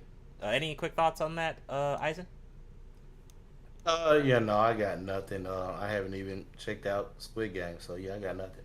Yakuza says by the power of Grayskull. That's fun. Mega, anything? Um, I don't know. The Leonardo DiCaprio is a damn near triple A actor. So Yeah, I mean literally. we're gonna blow this shit out the water. Like it's his resume. more. I'm gonna go out on a limb though here and say that for his acting expertise, a good I mean the dude. I mean, does it? I don't know if Leonardo DiCaprio does his own stunts, but maybe when he was younger. I don't know about now. He's older now. maybe not now though. But all in all, that dude can sell a lot of emotional content, so it should be astonishing. Yeah. Yeah, totally. All right, moving right along. So, a Blade Runner 2099, Amazon announces live action series. So, Amazon has announced Blade Runner 2099, a live action TV sequel to the sci-fi classic Blade Runner. Per its title, the upcoming Blade Runner show will take place 50 years after the recent sequel, Blade Runner 2049, with showrunner Selka Luza at the helm. Blade Runner director Ridley Scott and Blade Runner 2049 writer Michael Green will serve as executive producers. Tom from The Leftovers is first to join the writers' room and will also executive produce. We are honored. Oh, I'm not gonna read all that. But funny enough, I think it's gonna be. It says Amazon, right? Yeah. I actually unsubscribed from Amazon, so I'm gonna have to watch it in some other ways. But I actually enjoyed Blade Runner, the old 2049 movie. I actually did. I did not watch the old Blade Runner movies. Maybe I should. I tried, and wasn't too successful. But I am definitely interested in seeing another Blade Runner related content. It gives you kind of cyberpunk vibes. So I'm totally interested. Any quick thoughts, Omega? Definitely loved the very first one I ever seen, which was the original. Tried to read the book a little bit, but the book was I guess it could have been a difficult read for me at that time. Never finished it, but yeah, it does. It definitely has that cybernetically enhanced dystopian kind of vibe to it. I mean, the environments, from the buildings to the transportation to the answers that you have to. I mean, well, I'm sorry, not answers, but the questions that you have to ask a synthetic being to see if they've been dreaming, which is a threat. But I will say this: for it to have for Amazon to pick up a live action series, I think it's going to attract a lot of in-depth, techie, nerdy people to enjoy it. I mean, even people that don't like technology that much, the guy was kind of like a cop, so it also will probably have a wider. A wider net. It will draw in a wider net. Yeah, I agree. And don't forget, DSX vibes too. DSX, can't forget that. Yeah. So, what do you think, Omega, Eisen, on Blade Runner having a live Yeah, action? I got nothing on this one. Okay, moving right along. Next, so this is, I guess, bad news. So Disney Plus greenlights Miss Marvel season 2.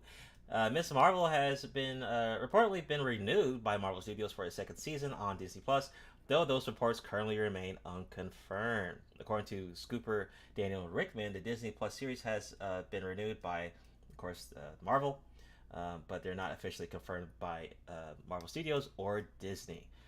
Honestly, I don't think we fucking need a season 2. I mean, although it doesn't really say a lot, but Miss Marvel is better than She-Hulk. But still, we don't need a season 2. Honestly, I'm done with Miss Marvel. There were a couple cool things in the show here or there, but I don't think it's worth having a season 2, honestly. I am kind of interested to see the Marvels show and see how that goes with the other characters. But other than that, as this individual character, it's just whatever, you know. That's just kind of my quick thoughts. Anything on this Aizen? It's Disney minus. Right. All of those. The only thing they put on there good that's been worth the damn has been Mandalorian. Oh, did you not check out Andor yet? I have not seen that yet, but I want. You know, I told you I had after they did what they did on the Mandalorian, and they started getting rid of people. I was done with Disney minus. I'm not gonna lie though, I actually enjoyed Andor, man. I did. The first 3 episodes. Oh, you liked it? Yeah, they're pretty dope. Cool. Yeah, I can't do it. It didn't give me Obi-Wan hype, so yeah, it's pretty good. I just can't do it. I'm done. I'm boycotting. No more of my pennies on them. I mean, hey, a damaged customer. I understand that. Megan, what do you think on potential of a season 2 of Miss Marvel? I can't say much on it. This is one of the things from Marvel I have been invested in or check out. Even seen one episode of it, but I think it's appealing so much to a younger fan base that it deserves its season 2. Like I have a feeling a lot of kids watch it. Like especially we definitely it's going to have a large female viewership too. So yeah, that's true. Yeah, like I definitely I'd say, if they're enjoying it and there's not been much, bullshit negativity about it. It is not gonna have no large female viewership. They ain't looking at that shit like that. Come on. You don't think so? Hell no. People really didn't care about season 1 like that. Wow. So maybe I could be incorrect, but for it to get a season 2, it must be doing something right. Yeah. Man, Batwoman got multiple seasons. What? Yeah. Right. Oh yeah, she did get. Yeah. But you know what? I think maybe it was the age differences also though. Like, you know what I'm saying? Like maybe more older people were watching Batman. I mean, even though they canceled her. No. When nobody watching that. I mean, if it's gonna be a season 2, it's only to discontinue with the MCU timeline or something. But once again, I still don't think we need it. I don't think we need it. Honestly, I'd rather get a Moon Knight season 2 than this shit. Oh yeah, like if I could choose that, definitely a season 2 before. Right, moving right along. Our last news of tonight's episode. So, Street Fighter 6 full roster reveal. So, during the Tokyo Game Show, the launch roster consists of Luke, Jamie, Manon, Kimberly, Merzira, Lily, JP, Juri, DJ, Cammy, Ryu, Honda, Blanca, Guile, Ken, Chun-Li, Zangief, and Dalsim. Prior to this reveal, 11 characters were unveiled. Of course, the Ryu, Chun-Li, and all the others. And the last 4, Ken, Dalsim, Honda, and Blanca, were announced on the Tokyo Game Show and this month at State of Play.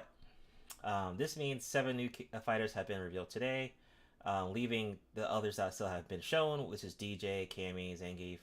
Well, they've been shown off in a trailer as like a launch roster trailer, but we haven't seen gameplay of these characters yet. Like, we still haven't seen DJ yet in the actual game. So a roster of 18 is not bad. It's not bad at all. Keep in mind, Street Fighter 4 featured 25 fighters, and Street Fighter 5 featured 16 playable characters at launch. So, not bad. We're getting basically 2 more from Street Fighter 5.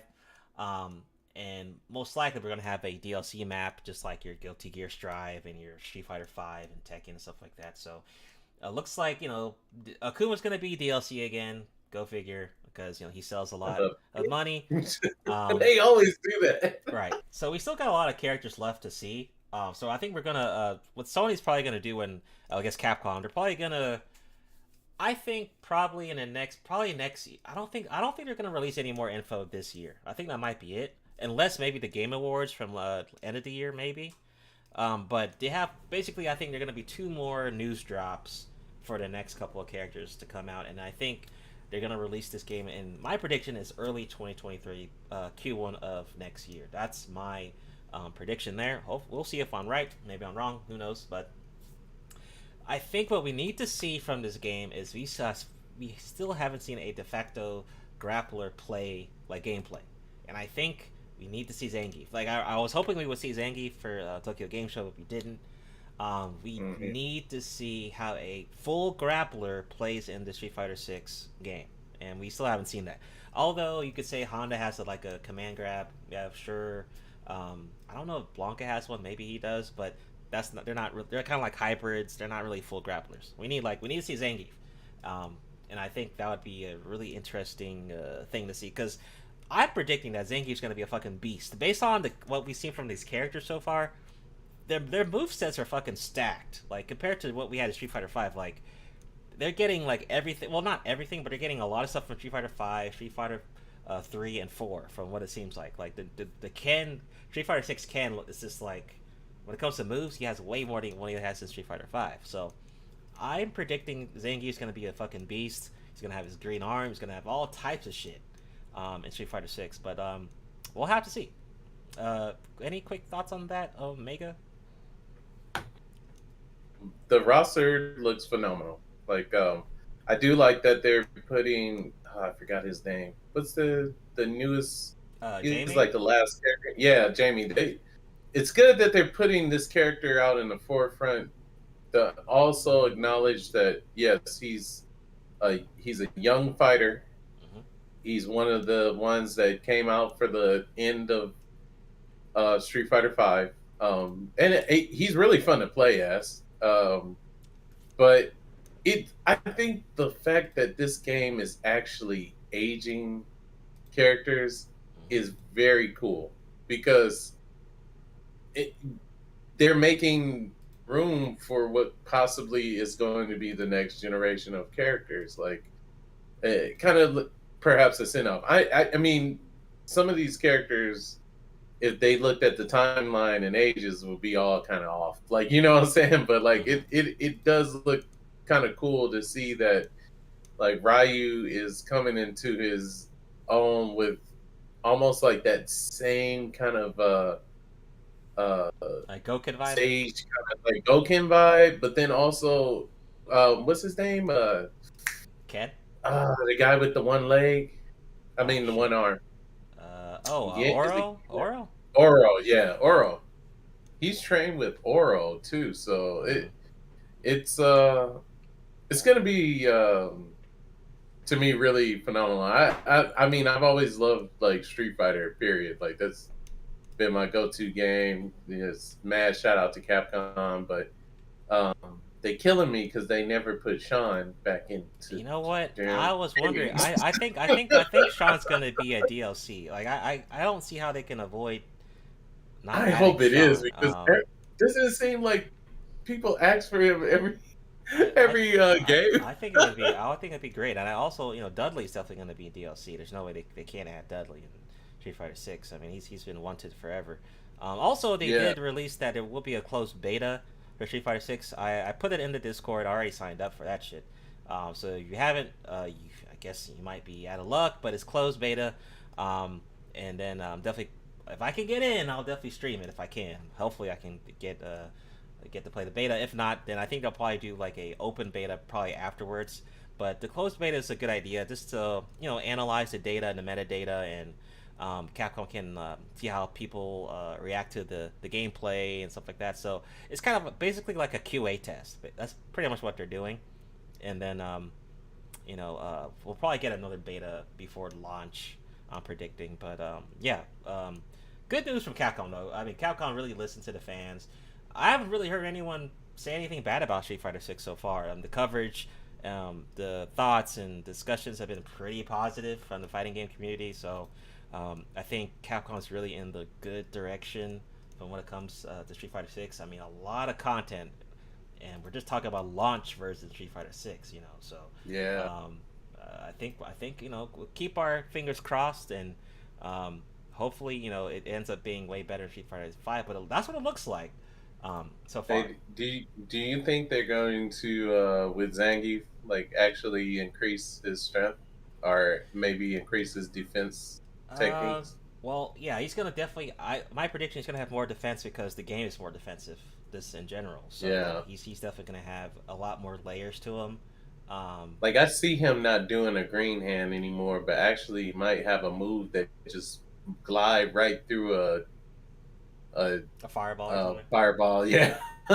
Yeah, like he has no choice because every other character is stacked. Like there's no character so far that we've seen that doesn't have like a heavy, long ass move list. Like every character got something. Every character is like a full solid move list, not like your simple like little 4 moves. Not like there's a lot you can do with just one character.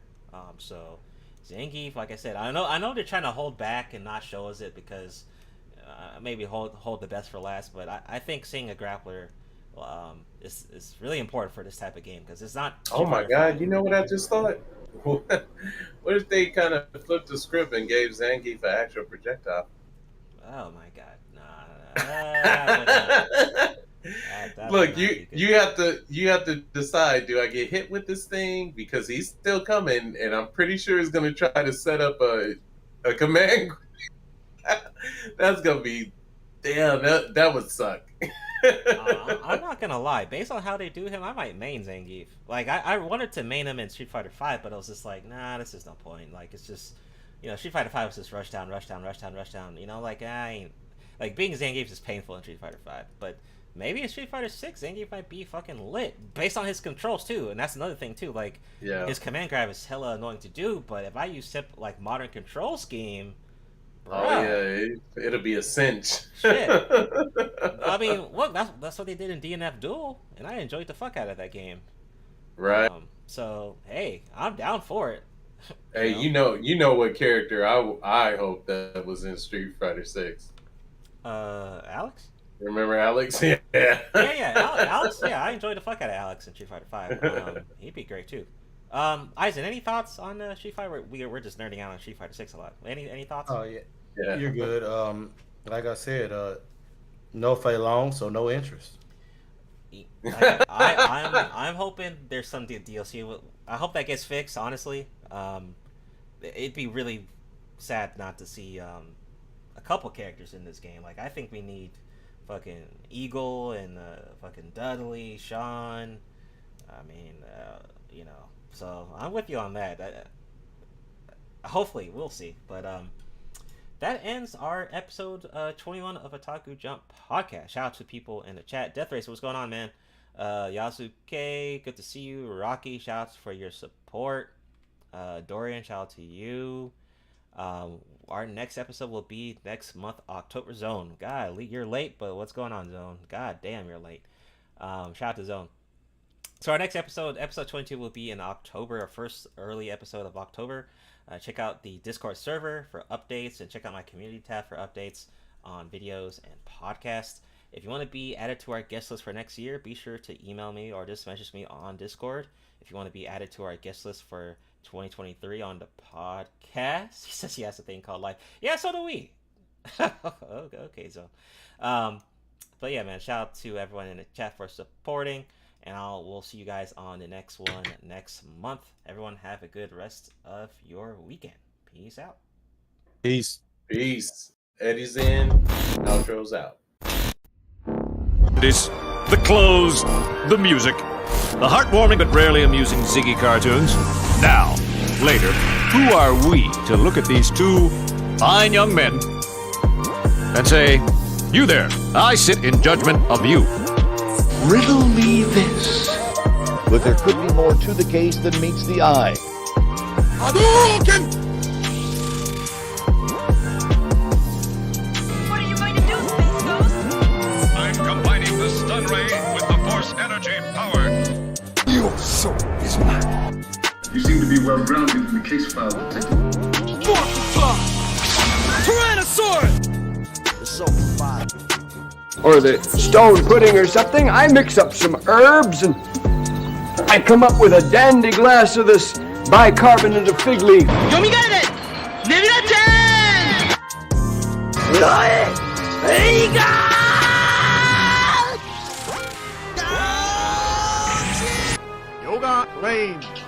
But there could be more to the case than meets